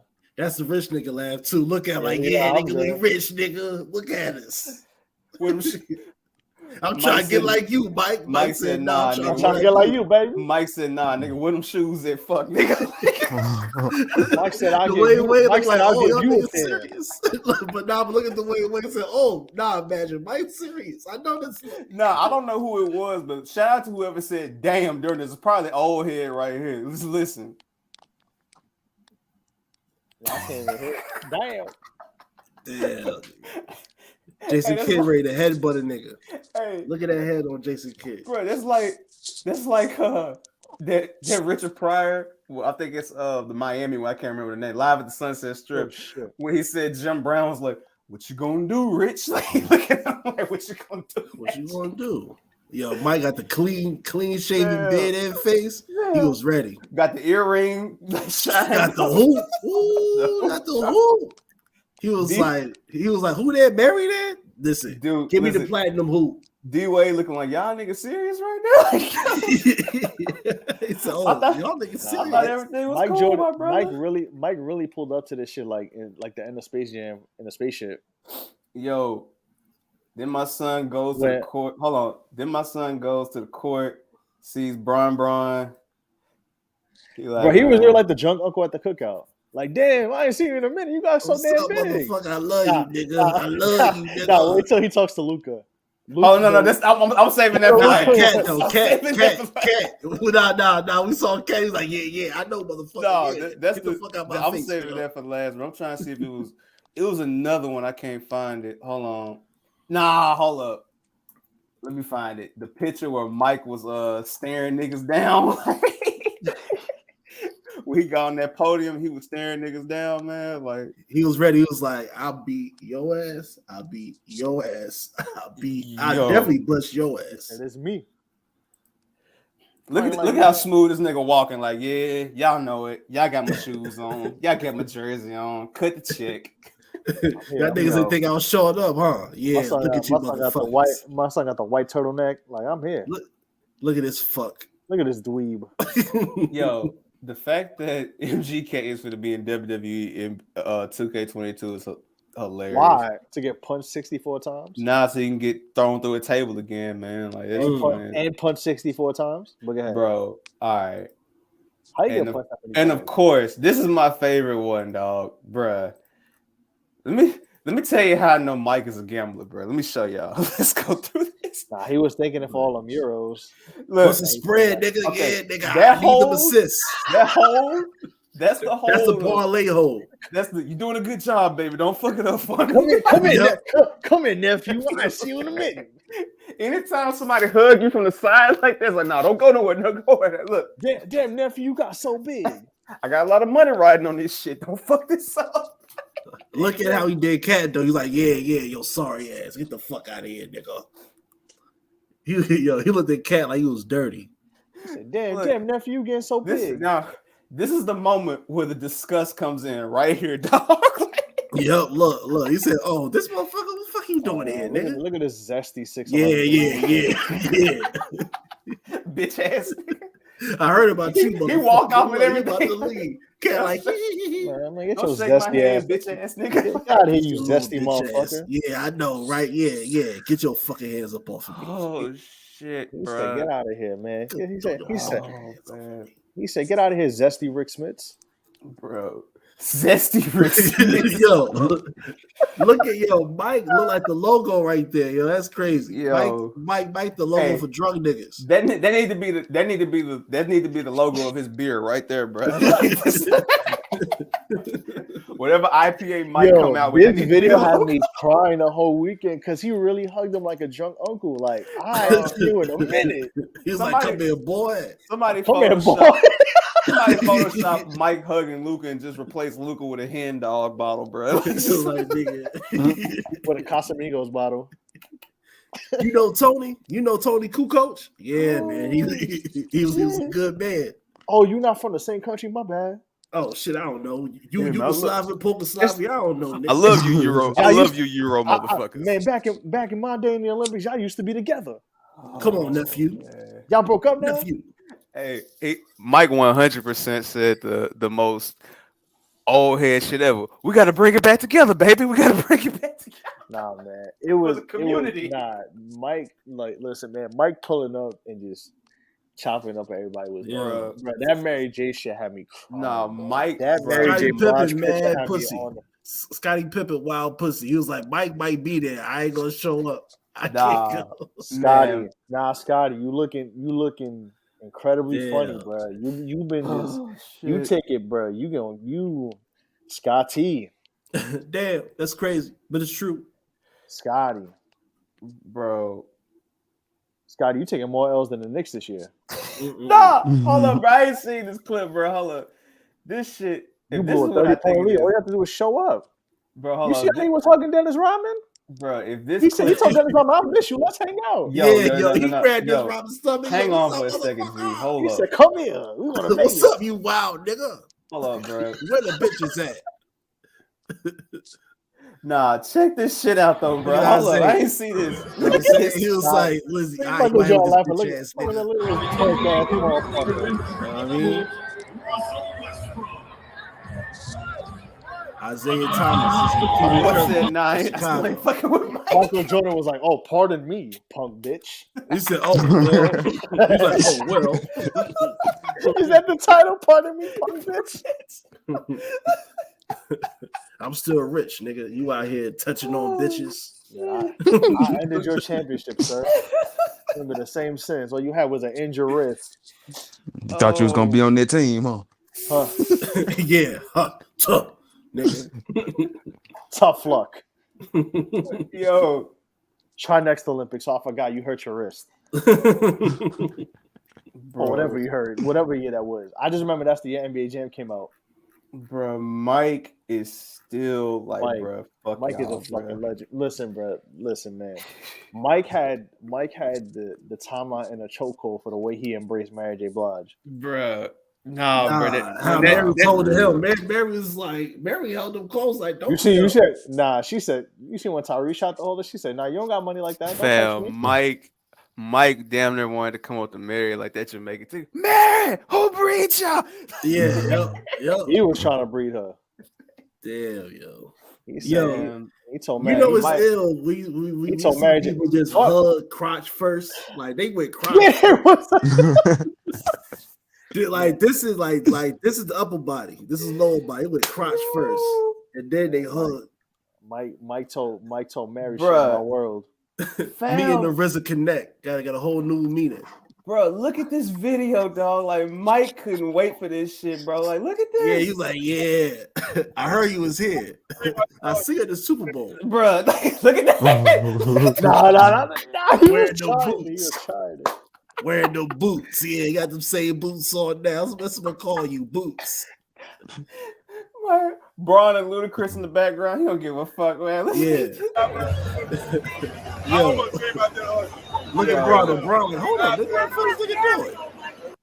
Yo, nah, Braun looking like, hold on, what this nigga doing? Yo, Braun, hey man, I ain't gonna say what I'm gonna say, but hey, man, Mike, hold up. Mike, man, hey, you can't do nothing but respect it, bro, because it's like he being himself, bro. He ain't being nowhere else, man. Like, I was about to say, when Michael Jordan is in the room, you gonna know it. Hey, bro. And shout out to Mike for pulling the OG move, man. Like, hey, man, I'm gonna make sure I take a picture with the wife. Everybody know everything. All right, like, you know what I'm saying? Nah. Yo, listen, bro. I don't know what's been going. Listen, Mary been everywhere recently. Listen, that album came out, bro. There's that. The picture that like was the most randomest picture ever. It's like her. Obi Toppin, Allen Iverson, Dwayne Wade. Click on the shit with Denzel face. Look at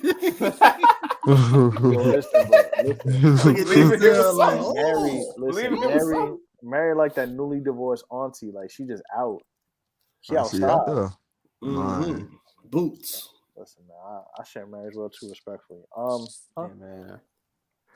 Oh yeah, man. But listen, man, we had Ray Allen walking past Paul Pierce, KG still hating. You know what I'm saying? Like, they took a picture. They still took a picture though.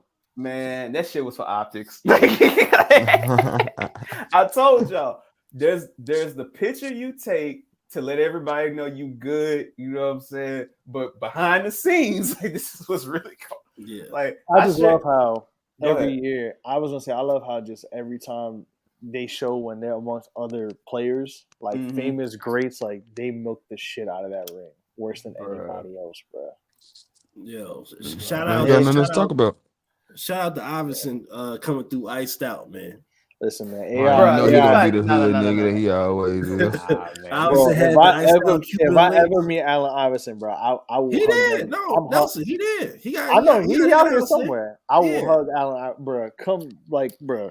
You gotta buy him a drink, like I will take Allen Iverson for you, nigga. Bro, I will take him to TGI Fridays on me. Fam, let me tell you something, bro. I heard he's a legend in them TGI. I ain't. Listen, it's shout out to North Tryon. Shout out to University. It's very few people I'm a fan out for, bro. But Allen Iverson, nigga, like, nah, bro. I need something, bro. What Denzel say? I'm leaving here with something, like, nah, bro. Yeah, the man, bro. Yo. Iverson, I seen Iverson a couple of times. Yo. Iverson got that. Iverson is like what I would imagine, like if you met Mike Tyson now, like if you met Tyson when he's high in a good mood, that's like seeing Iverson now. It's like, yo, bro, like, every time you like see Iverson, bro, he is geek, dog. Like he is fucking high as hell. He be fried. Like, his spaceship's in Philadelphia, bro. Word. He's seen spaceships on Broad Street. Hey, can I say something real quick? Let me hop in, bro.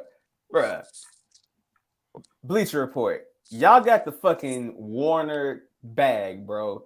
If y'all don't fucking pay Allen Iverson and T-Mac to play one-on-one instead of a fucking versus highlight battle, goddamn Guy Fieri come on the stage. I don't want to see that, bro. T-Mac's knees is going to be doing the fucking... It should be doing the Watusi. I mean, shit, AI. Hey, man, AI ain't no spring chicken either. That shit gonna be like the Wii board. When you play the Wii board, you do hula. Nah, bro. T-Mac needs gonna be doing a Macarena, bro. I'm down to see old niggas go at it, man. That shit might be funny, bro. I ain't gonna lie. Listen, we watching these Triller fights and shit. Might as well. Yeah, but they hate themselves. They broke. Man, listen, man. That was a great ceremony, though. Like, man, that was just fantastic to see. Like our whole childhood of just those dudes. And you got like LeBron, he's near the end. You got even the current players that's near the end. And like, yo, anytime they show a picture of Kobe and his wife, it's instant. It's gonna be a tear. Yeah, dog. It's like, bro, I was in the house fried. I was like, oh no.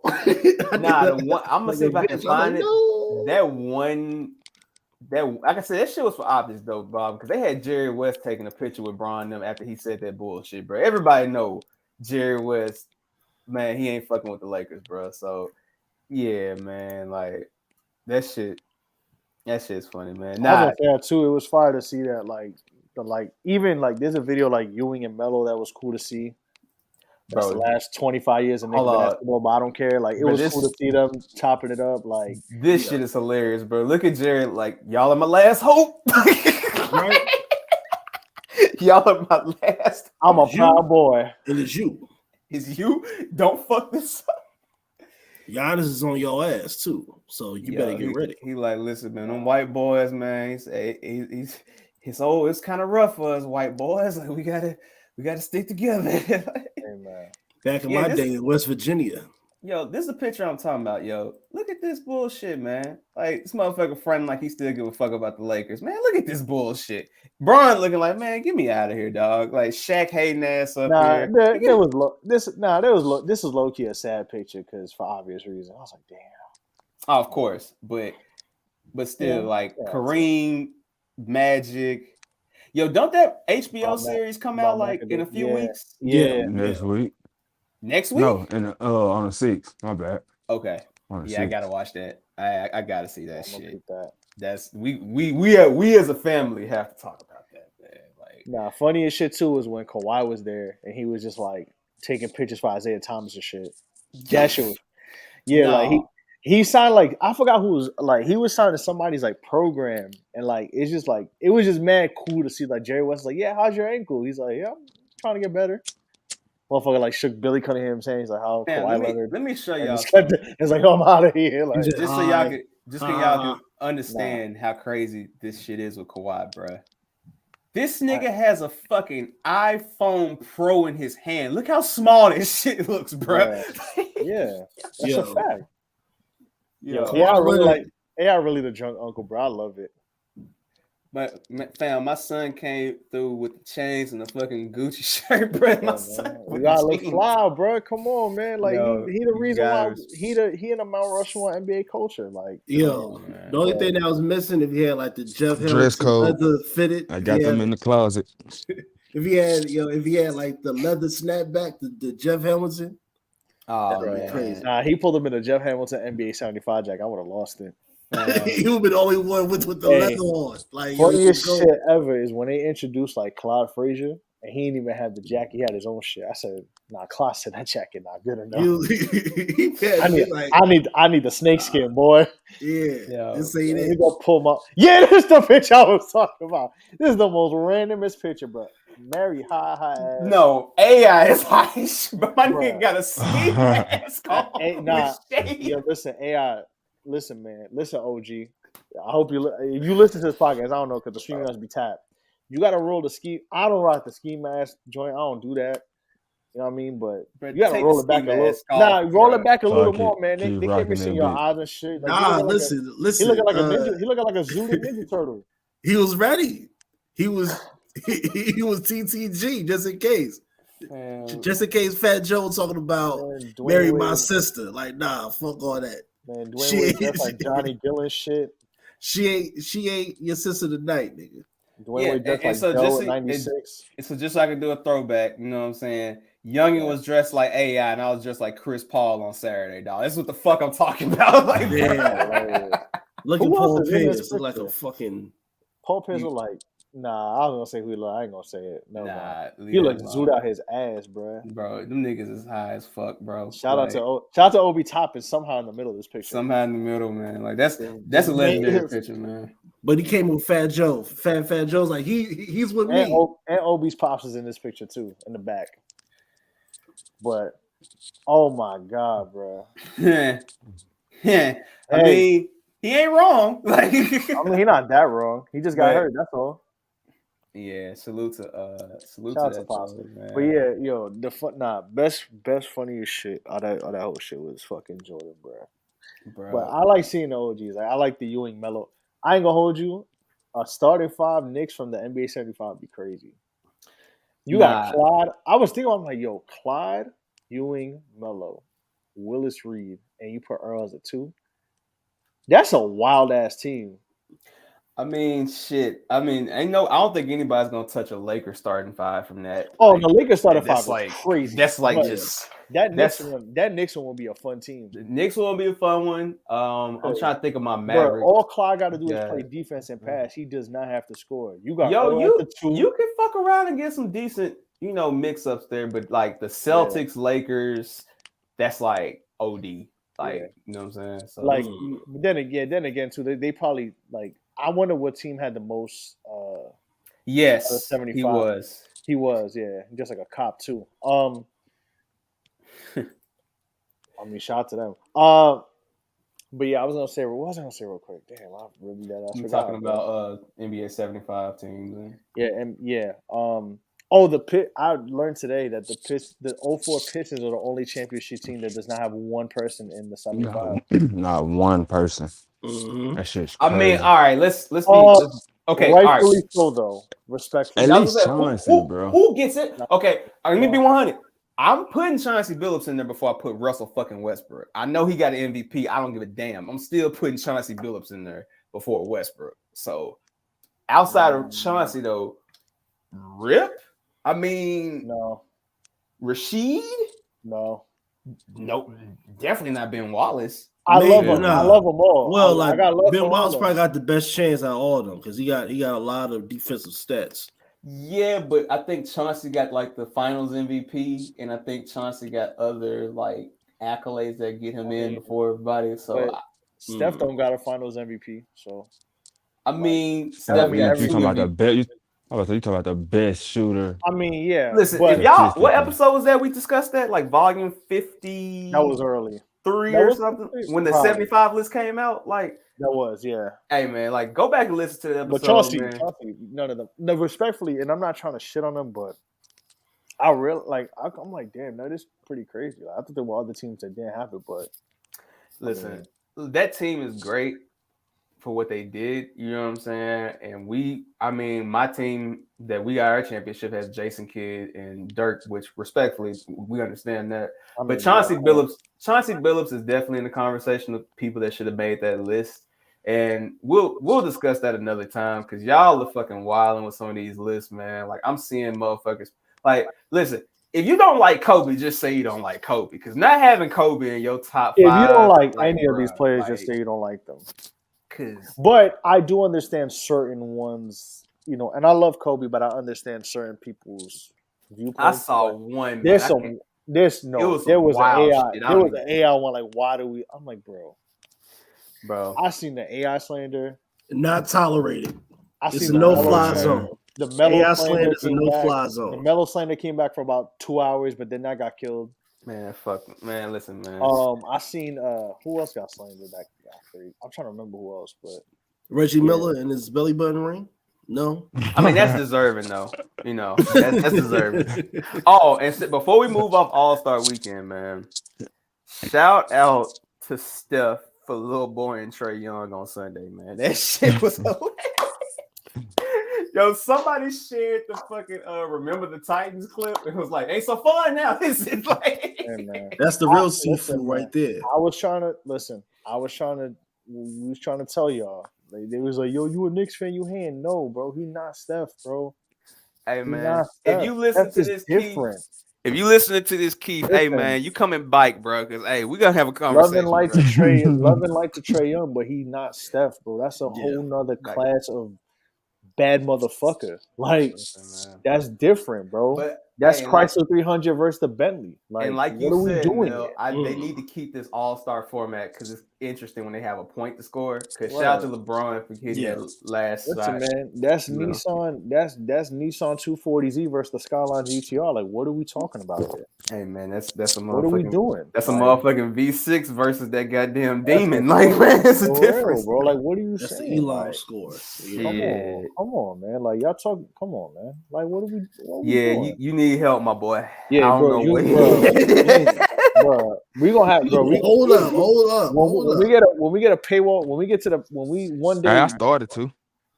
You need help too, nigga. Like shit. Man, one day we're gonna have a bonus episode. We're gonna do a 1-900 hustler style where you just call in and talk about your gambling problems, and we're gonna make you look stupid. Man, the parlay choking the community worse than Roman Reigns at the guillotine, dog. Like it's getting ridiculous. The parlay got a worse show call in the community than the romp hymns from a couple years ago. Y'all getting crazy with this shit, man. Y'all motherfuckers betting on motherfuckers betting on CYO games and shit. Like, what are y'all doing, bro? Niggas like, love parlays like chicks love leggings, dog. Like it's insane. Man, listen, that fucking parlay got niggas on the chokehold like that white woman in NXT. That's crazy. Hey, bro. Hey, no disrespect to her, but bro, she ain't got shit on them parlays, bro. I'm talking about niggas. And the funny thing about the parlay is niggas be posting their parlays when they up, and it's like, bruh. 5 minutes later, you gonna tweet that you missed it. Yeah, like it is 9:30. It's too early to be tweeting.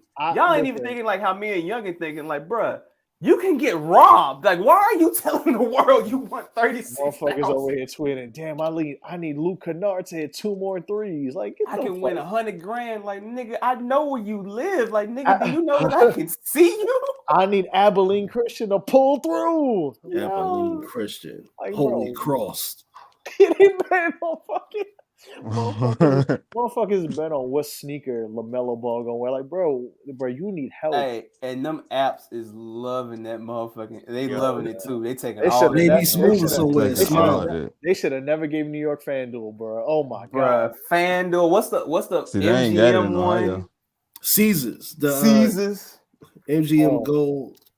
Bruh, all that shit, man. All them JB Smooth commercials got a chokehold on the community watching Knicks game, bruh. Y'all lose the Knicks against smoked, and you just gonna start betting on fucking. And then the funny thing is like when niggas bet on cricket. Like, what are we doing? Look, but when a nigga lose, they don't want to talk about it. You be like, yeah, bro, you know you gambled your money, be coming back like, what? Be losing like a bitch and be like, well, you just be quiet. You know motherfuckers don't tweet for 18 hours. But then when they win, they be like, hide the money, y'all. There's poor people around. With your broke ass. Yeah, bro. Yeah, man. Like, them like, what do you do? Like, come on, man. Listen, man. No. I respect y'all gambling, but y'all are wild, bro. Y'all, some of the shit I'm talking about what's the over-under on, like, I don't know, Winter League baseball. Like, bro, put the phone down. Yeah, bro, the shit getting insane, bro. Y'all over here betting on Los Gatos Negros de Tijuana. Like, what are you doing? Bro, y'all might stop betting. Motherfuckers gonna start betting on Yu-Gi-Oh games in a minute, dog. Like, this shit getting out of hand, dog. Like, niggas is just they're gonna start betting on podcasts. Like, how many sound bites is show your working? How many times is Larry gonna say, man? You gonna see Jamal Shakur, like, if you don't pull one more, fuck. Yo, I can't wait till that day come, bro. Because I swear I'm gonna look at that shit and I'm gonna intentionally make you niggas lose for gambling. I'm throwing like 7 sound bites in the first 30 seconds. Right, Pete Rose. I want to see Hasbulla pop on my screen like a Kuma in Street Fighter 2 Turbo. Yo, Hasbulla, hey man, shout out to Hasbulla, dog. Cause Hasbulla show pulling. I'm like, I need my money and I need it now. Motherfucker. Nelson, if you don't have my money, I'm calling Khabib. He got a child's hand with a 40 in his hand like this, with a little baby hand. How you make Hasbulla sound like a Russian Elmo? That's crazy. Hey, cause he do. He do sound like a Russian Elmo. And that's what a Draco to your kneecap. That's why Mike was hugging Luka like that. He like, hey man, you the last hope, bro. You the one selling these Team Jordans and shit, man. Don't fuck this up. Hasbulla already called me. Hasbulla gonna put an AK-47 to your ACL. Yo, I was about to say something crazy. Nah, I was about to say something crazy. Hey, listen, go right ahead. We at that. Nah. Put in the group chat. Don't get us back. Oh yeah, hold on. Put in the private chat. Hey man, let me tell you something, man. Oh. Mike 100% is backing up the Brinks truck filled with all the J's that has Bully to keep him happy. Like, man, you can sell these shits. Oh shit, man. Has Bully 100% looking at y'all gambling like look what that money make a bitch do. Yeah, please, thank you for that. Yeah. Thank you, Jesus. You didn't put that. I have a lot of respect for this show. It was right there. I love the show. It was right there too. It was right there. Press ratio is death. But I promise. Whoa. Time out. Whoa. Another big mistake. Hey, what a big mistake. Hey, I would have looked at Nelson. What the fuck is wrong with this nigga? That's your man.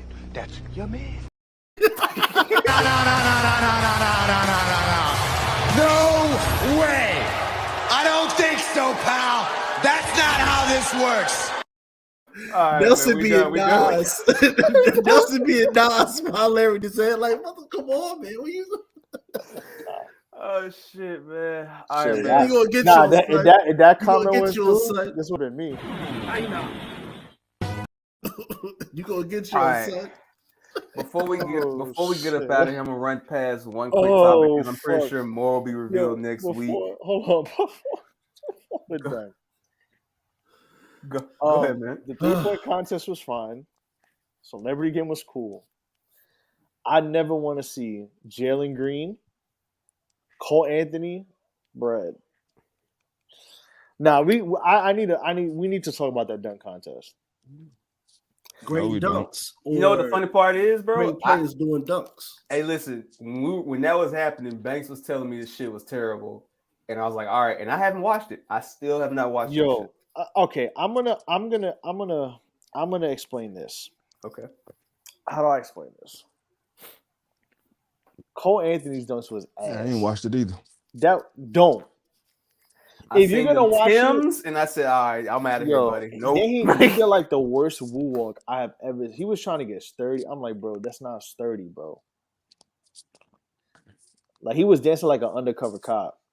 That shit was weird. Hey man, I just said it, man. What the fuck is wrong with this nigga? That's your man. I said that's all my mans. That's all my mans. Niggas were talking Greg Anthony crazy like that's your man. Greg was looking at his son like, bro, if you don't put these fucking Timbs on and fucking dunk that basketball. Greg said, I spent all these goddamn years commentating on CBS for this shit. Listen, man, you embarrassing me. This is embarrassing. Getting prostitutes and shit for you to be out here like this. Man, Greg said, I was gonna say this is better dunk that shit. I was gonna say this is embarrassing. Greg's probably like, damn, I don't think this is embarrassing when I got caught in a Rover. What was the commercials he was doing? Wasn't it like State Farm or some shit that Greg was doing? Like, yo, he was doing Range Rover commercials.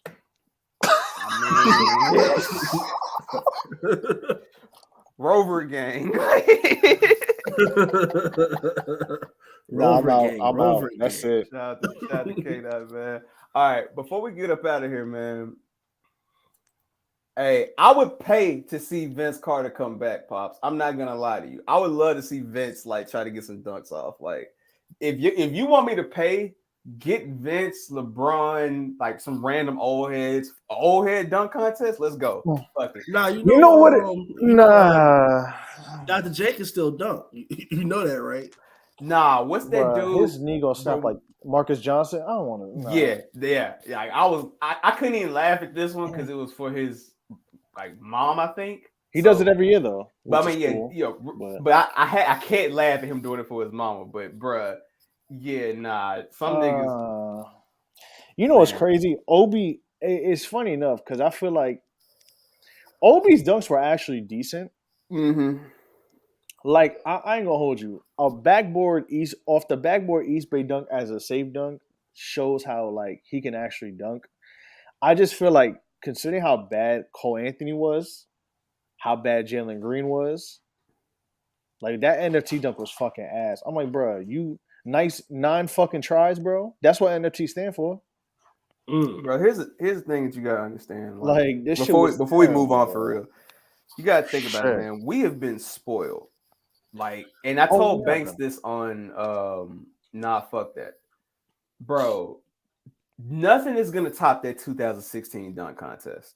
Like nothing. Like that is the best back and forth for the win that you will ever see. Right? Like you not topping that shit. So which brings up Winston's point. Those were all great dunks.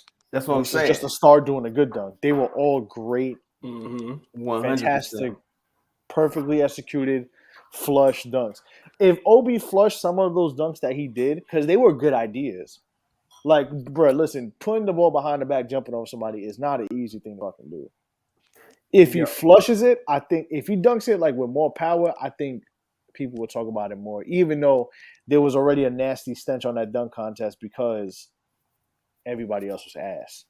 And I mean, too, the year before, like Ja Morant got hold with his score. Like, I feel like there has to be a consensus. Like, first of all, I think the dunk contest needs to go away for a year or two so people can actually miss it, and then you can actually have people clamor for people to want to come in it. That's number one.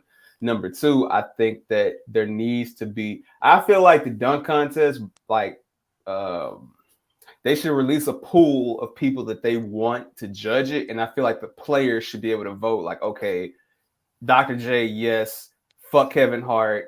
Like get real judges in there. You know what I'm saying? Like that the players actually, because that's the thing. Like every year, it's always one nigga that's just hating. It's like, all right, man, get your bitch ass out of here, man. Like, why is Kenny Smith out here? Just why? Yeah. Like Kenny Smith was talking all that shit. Yeah, he had one of like the worst dunks I ever seen, bro. With a fucking high top. Like, yeah, Pops. I mean, I love Dominique and Jordan.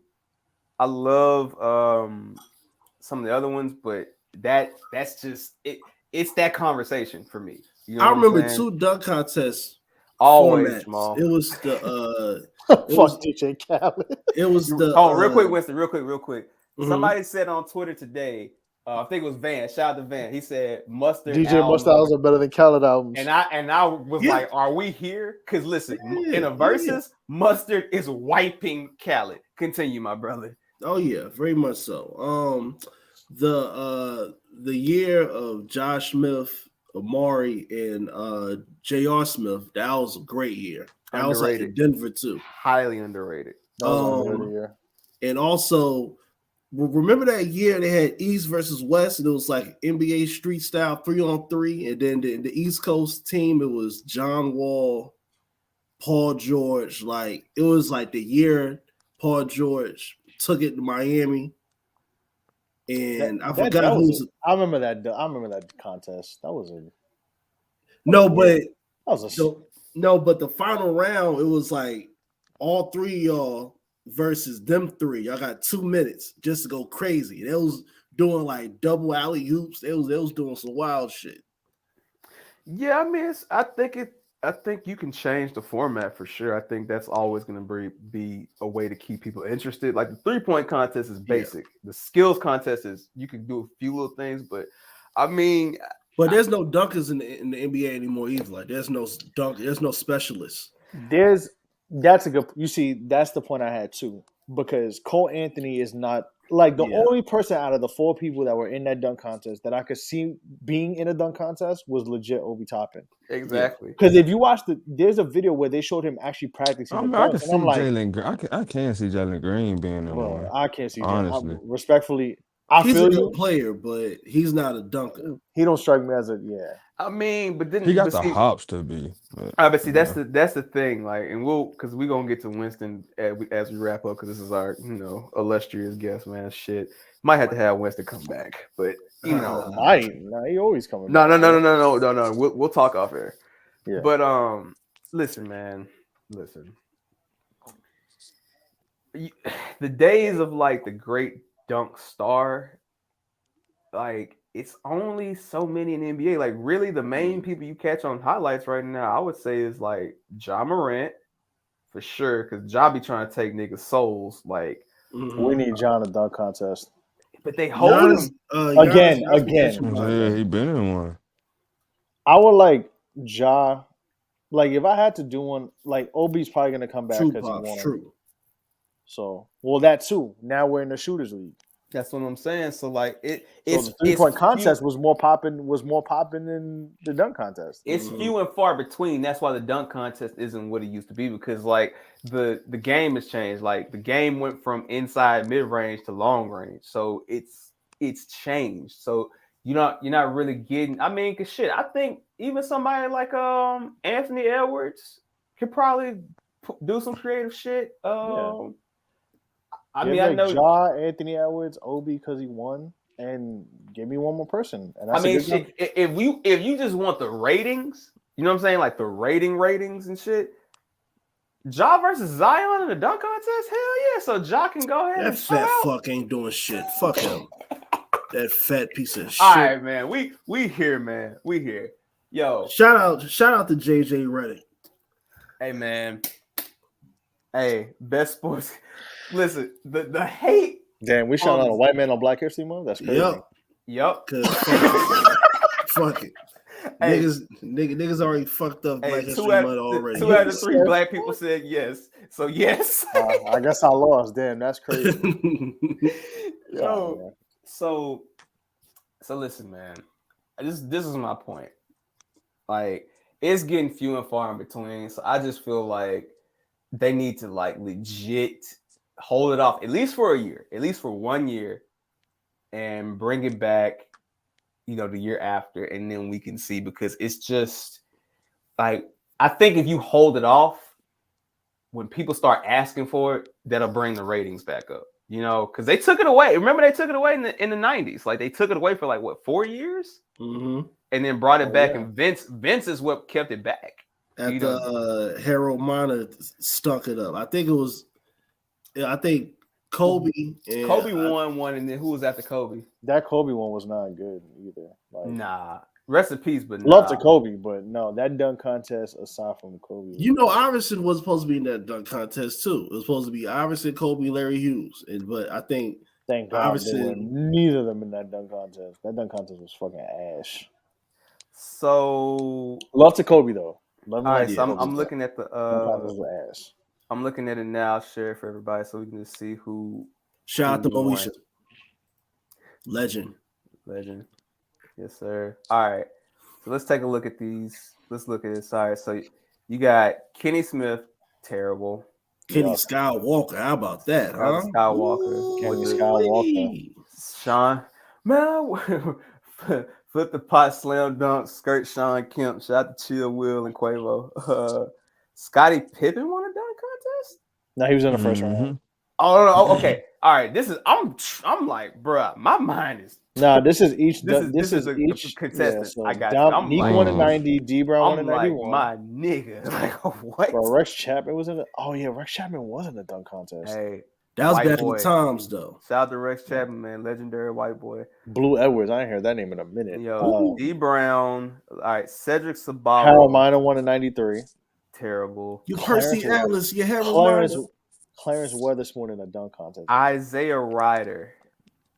J.R. Ryder. Basketball card legend. Like, Harold Miner again. Like, yo, but look at who's in this shit, bro. Isaiah Ryder, Antonio Harvard, Tim Perry, bro. Like, look at what we talking about. Tony Dumas. He probably had the worst dunk contest of all time. Brent Berry over Michael Finley.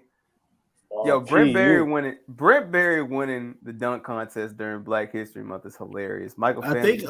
I think Brent Berry, technically he's the furthest from the free throw line in dunk contest history. I mean, listen, if your dad is an NBA player, you got to show out. So I mean, I that's the dunk contest where Darryl Armstrong did the layup. Yeah. God damn, Michael Finley was in 48 dunk contests. Why? Hey man, salute to a Maverick legend, my nigga. Hold up, like, shout out to Michael Finley, but he don't strike me as a dunker.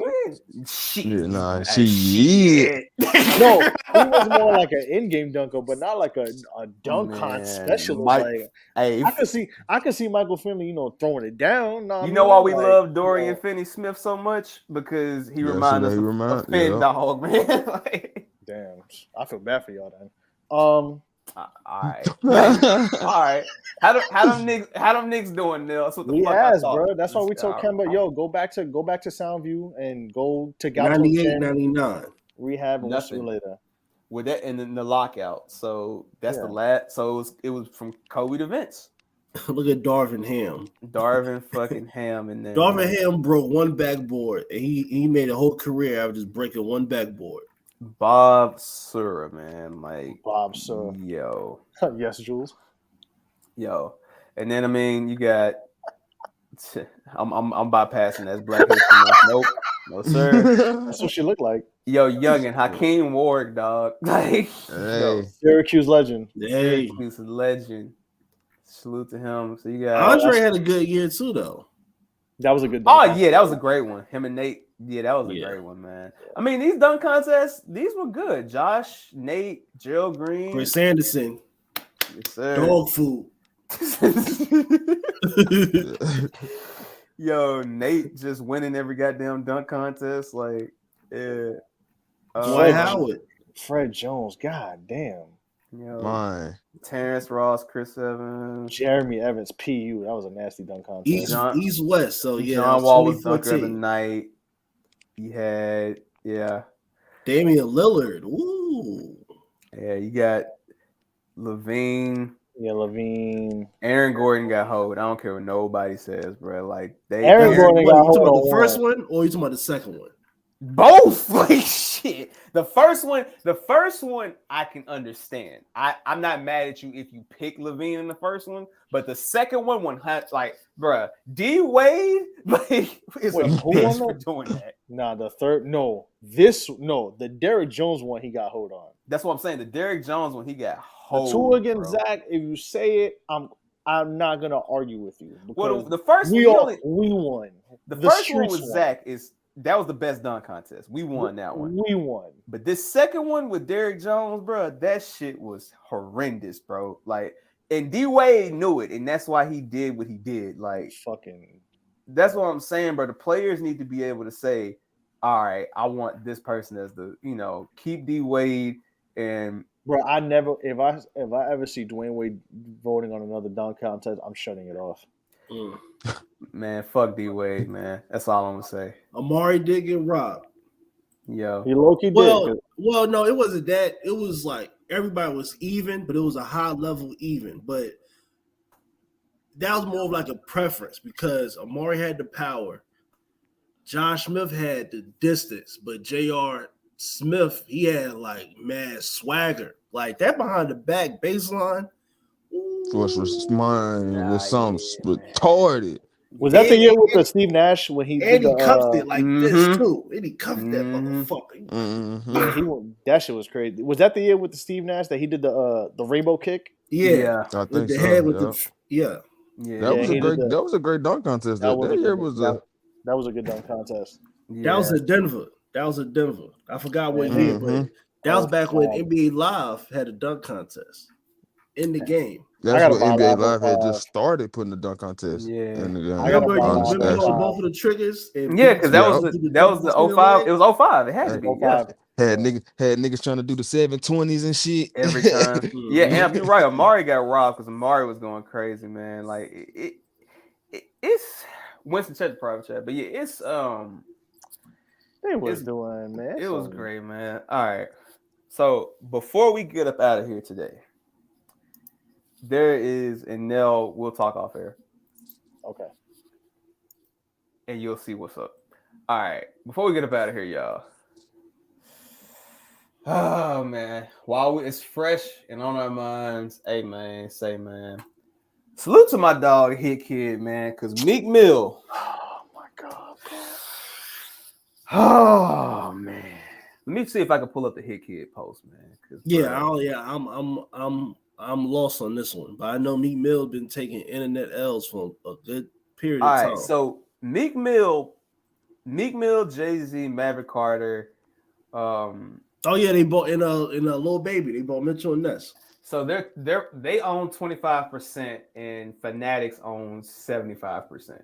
But the good move. Yeah. So I mean, I'm not mad at brothers doing this, but if you got time to buy jerseys but not pay me, dog. I mean, you got time to bunny hop in front of white men? So this is Hit Kid. Salute to Hit Kid, East Memphis, South Memphis legend. You know what I'm saying? I represent this record label very well for 3 years, and nobody stood on business. I never said nothing about having help nor asked for a handout. You've made plenty statements about signing slave deals and labels not doing their jobs. So I ponder as to why my situation isn't better. I wish you gave me them same expectations you expect from the label that you're signed to. I don't want no clout from this. I need people to do their jobs. I feel like Kanye when he walked into the Rockefeller building. Nah, but look at Meek in the comments though. Why you had to go on the net, nigga? Why you had to go on the net?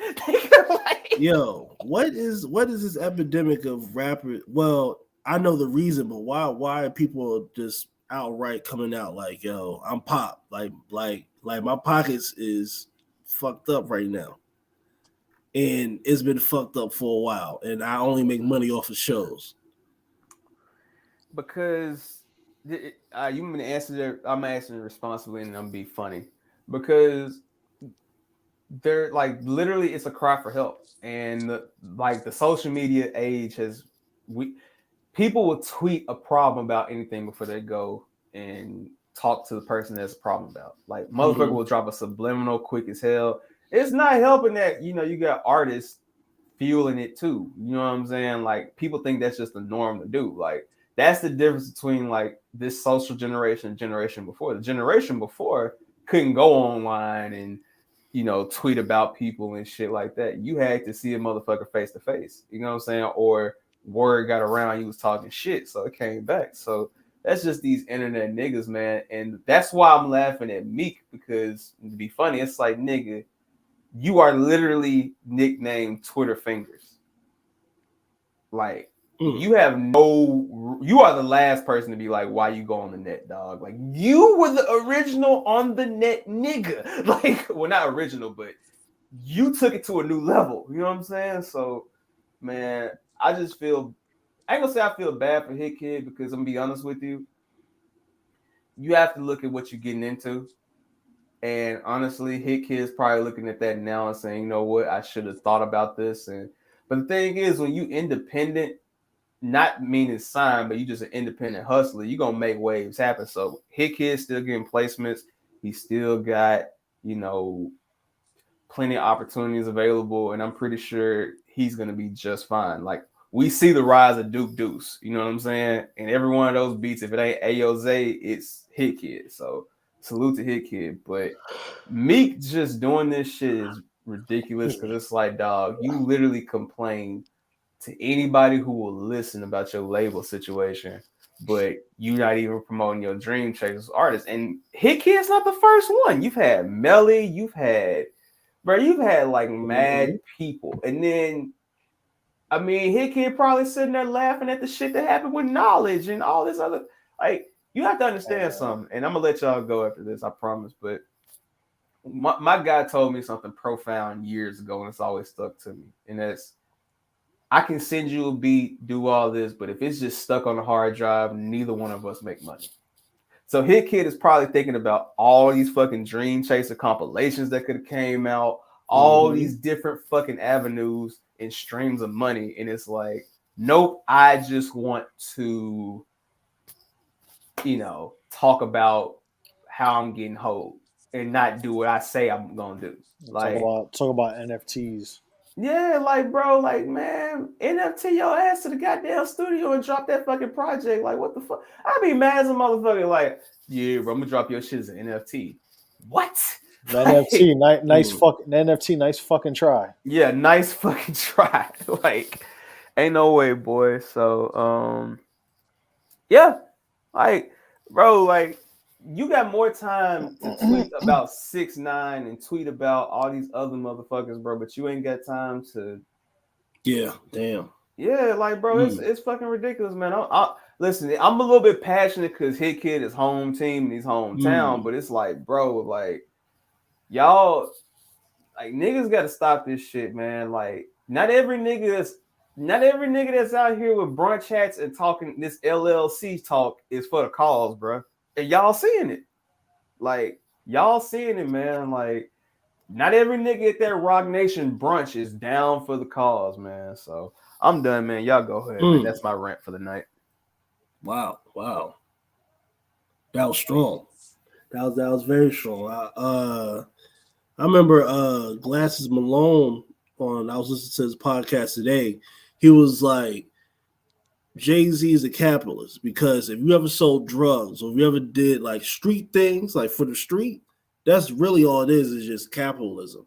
So naturally, like your mind is on trying to get to the bread. So yeah, like you know, that's piggybacking off of the LLC talk. You can't be out here wearing suits with no buttons, hanging out in grass, voyeurs and stuff, talking about we need to be brothers and stick together when you used to got strictly capitalistic mindset. You know what I'm saying? Right. Man. Meek need to get off the internet, bro. Nah, man, let me tell you something. Meek, you need to get your money up, not your funny up. Nah, don't get your money up, nigga. Just like, honestly, man, like, just do what you say you're gonna do, bro. Like, one thing about, you know, Puff and all these other people, Birdman or whatever, like, you hear the stories of, you see them on TV wilding, right? But you also hear the stories about how they went back and corrected their wrongs. You know what I'm saying? So, bro, or looked out for people, or even tried to have people come through, and just some people ain't see the vision. It's funny because I sent it in our group chat too, but Matt from My Expert Opinion interviewed Dutch from Major Figures. Mm-hmm. Yeah. Dutch said like, yo, like Hove offered me the deal, like, but I regret taking it. Like, he's seen the vision that I didn't see. He ain't have to do that. Like, sometimes you see a vision, sometimes you don't. But Meek just, I don't know, bro. Like, he's just a weirdo, cuz like it's just what it is. He's just a weirdo. Like, bro, like, let me be 100, bro. Like, that's like I said. Listen, Roddy Ricch and Cowboy, I understand now. Nah, and definitely. I'm gonna leave it at that because he could have had both of them and they said no. I mean, he could have had more. Well, of course, but I'm saying, and even just in general, like, yeah, of course he would, man, because Meek out here twerking for billionaires and shit, bro. Like, this is what the fuck I'm talking about. Like, bro, money hops for billionaires. This is my point, bro. Like, Jay-Z, he doing the Tootsie Roll. Jay-Z had to have Rockefeller and then had to have the president job at Def Jam to fuck up so that he could have Rock Nation later on. So no one is immune and no one's gonna have business right off rip because we weren't taught the business. We had to learn the shit as we go. That's just how people of color are in the United States. But that doesn't mean that you can't learn. And for Meek to be a quote unquote student of the game, dog, like, you just shut up. Like, if you know what the best part about not knowing something is saying I really don't know, bro. Because if you don't know, just shut the fuck up. So that's my whole thing on Meek, man. Just shut up. Like, you clearly don't know what you're doing, and that's okay, bro. Just leave niggas alone, man. Like, you know, that's just me, man. I you know, niggas can feel a way about that shit, man, but I really don't care because it's like, at the end of the day, dog, like, you was raised better than this, bro, and you've been in the game and you've seen Ross had to struggle to get out that slip and slide deal. You've seen Ross had to take a lower bag just to get MMG on Atlantic. You know what I'm saying? Let's get into this. You got lucky because T.I. could have kept you in that Grand Hustle deal and let you go. Mm-hmm. Yeah, because T.I. gave him the choice. He said, it's either, yo, listen, I'm going to jail for a year. Nothing's really going to happen because Jason Jeter can't really do too much because I'm kind of the man and everything. So either you stay here or you leave. Yo, and the thing about it, he let you leave. And the thing about it is, that's the wild part to me. The thing about it is, Meek has been in the game over 2 decades now. Like, really, Meek is on his, even though it's not 20 years, Meek is in his 3rd decade of rap. The early 2000s, the 2000s, the 2010s. He is on his third decade, dog. He has done rap for most of his life at this point. If not most of his life, damn near most of his life. Yeah, technically, all the Headshot Records compilations were they were before the Flamers tape. So yeah, so that's like 02, almost 20 years. So he knows. That's my point. Like he knows. And the thing is, if you don't know, man, like I'm gonna end with this, man. We can end the episode, man. I would much rather somebody tell me up front, hey man, I don't know, man. Get your lawyer to look at this. And we can try to work this out so them people don't get both of us. You know what I'm saying? I would much rather respect that than you coming to me and just acting like you know what you got going, because at the end of the day, it don't matter who is the president, who actually does the paperwork for Dream Chasers. You're the face of the company. People are coming to you. Who is with Dream Chasers? Actually, who's with Dream Chasers as like an executive? No one knows. Melly. He painted him in dirt bikes and Fox Racing sweaters. Let me say got him, spot him, bro. It's some things I do want to say, but I'm just being quiet because again, personal relationships. But yeah, man, like. If I'm Young Blue and all these other motherfuckers, I'm looking at this shit right now, like, bro, like, what the fuck going on? Like, so that's my point. Like, bro, the fact that this is like, man, listen, I'm gonna leave it alone before I get too heated and say some shit that's gonna get me fucked up out here. All I'm gonna say is this, man: pay people and do good business, man, and it will come back around tenfold, man. But, yeah, and also artists got to start really looking at what, like, your Larry Jones, your Currencies, your even even what Pat Poose has done over the past 12 months in terms of just working, putting out the work, setting up the corporation side of just the brand, and also just like Bandcamp is starting to get burned now. Shout out to Troy. Yes, sir. Secret Saturday other homies. Now. Exactly. Yeah. Bandcamp. Like Trey Voorhees. Yeah, bro. You know what I'm saying? And they pay people to like, listen, man. We are witnessing a real shift right now because Spotify is showing that they fuck with who they fuck with. And the artist is doing everything they can. Salute the Crown, previous guest on the show. He was talking about yesterday how that mixtape he put out, he didn't put it on streaming services. It's directly through his site. So, I mean, granted, Kanye is wilding with this STEM player shit, but I respect what he's trying to do as far as to direct the narrative and, go for there. So as an artist right now and as a creative, like, it's so many different options, man. So Meek, this tired ass shit of, oh man, like, I'm just gonna do my artist this way, but I want to complain, like, bro, you the boy who cried wolf, bro. Like, you just you looking sad out here, man. But hey, man, we're not gonna end on that note because I just want to say, man, I appreciate my boy Winston coming through, man. This is 100% not the last time. We're gonna talk off air about that. Winston, tell people where they can find you, man, and where they can, hit you up in regards to business, man.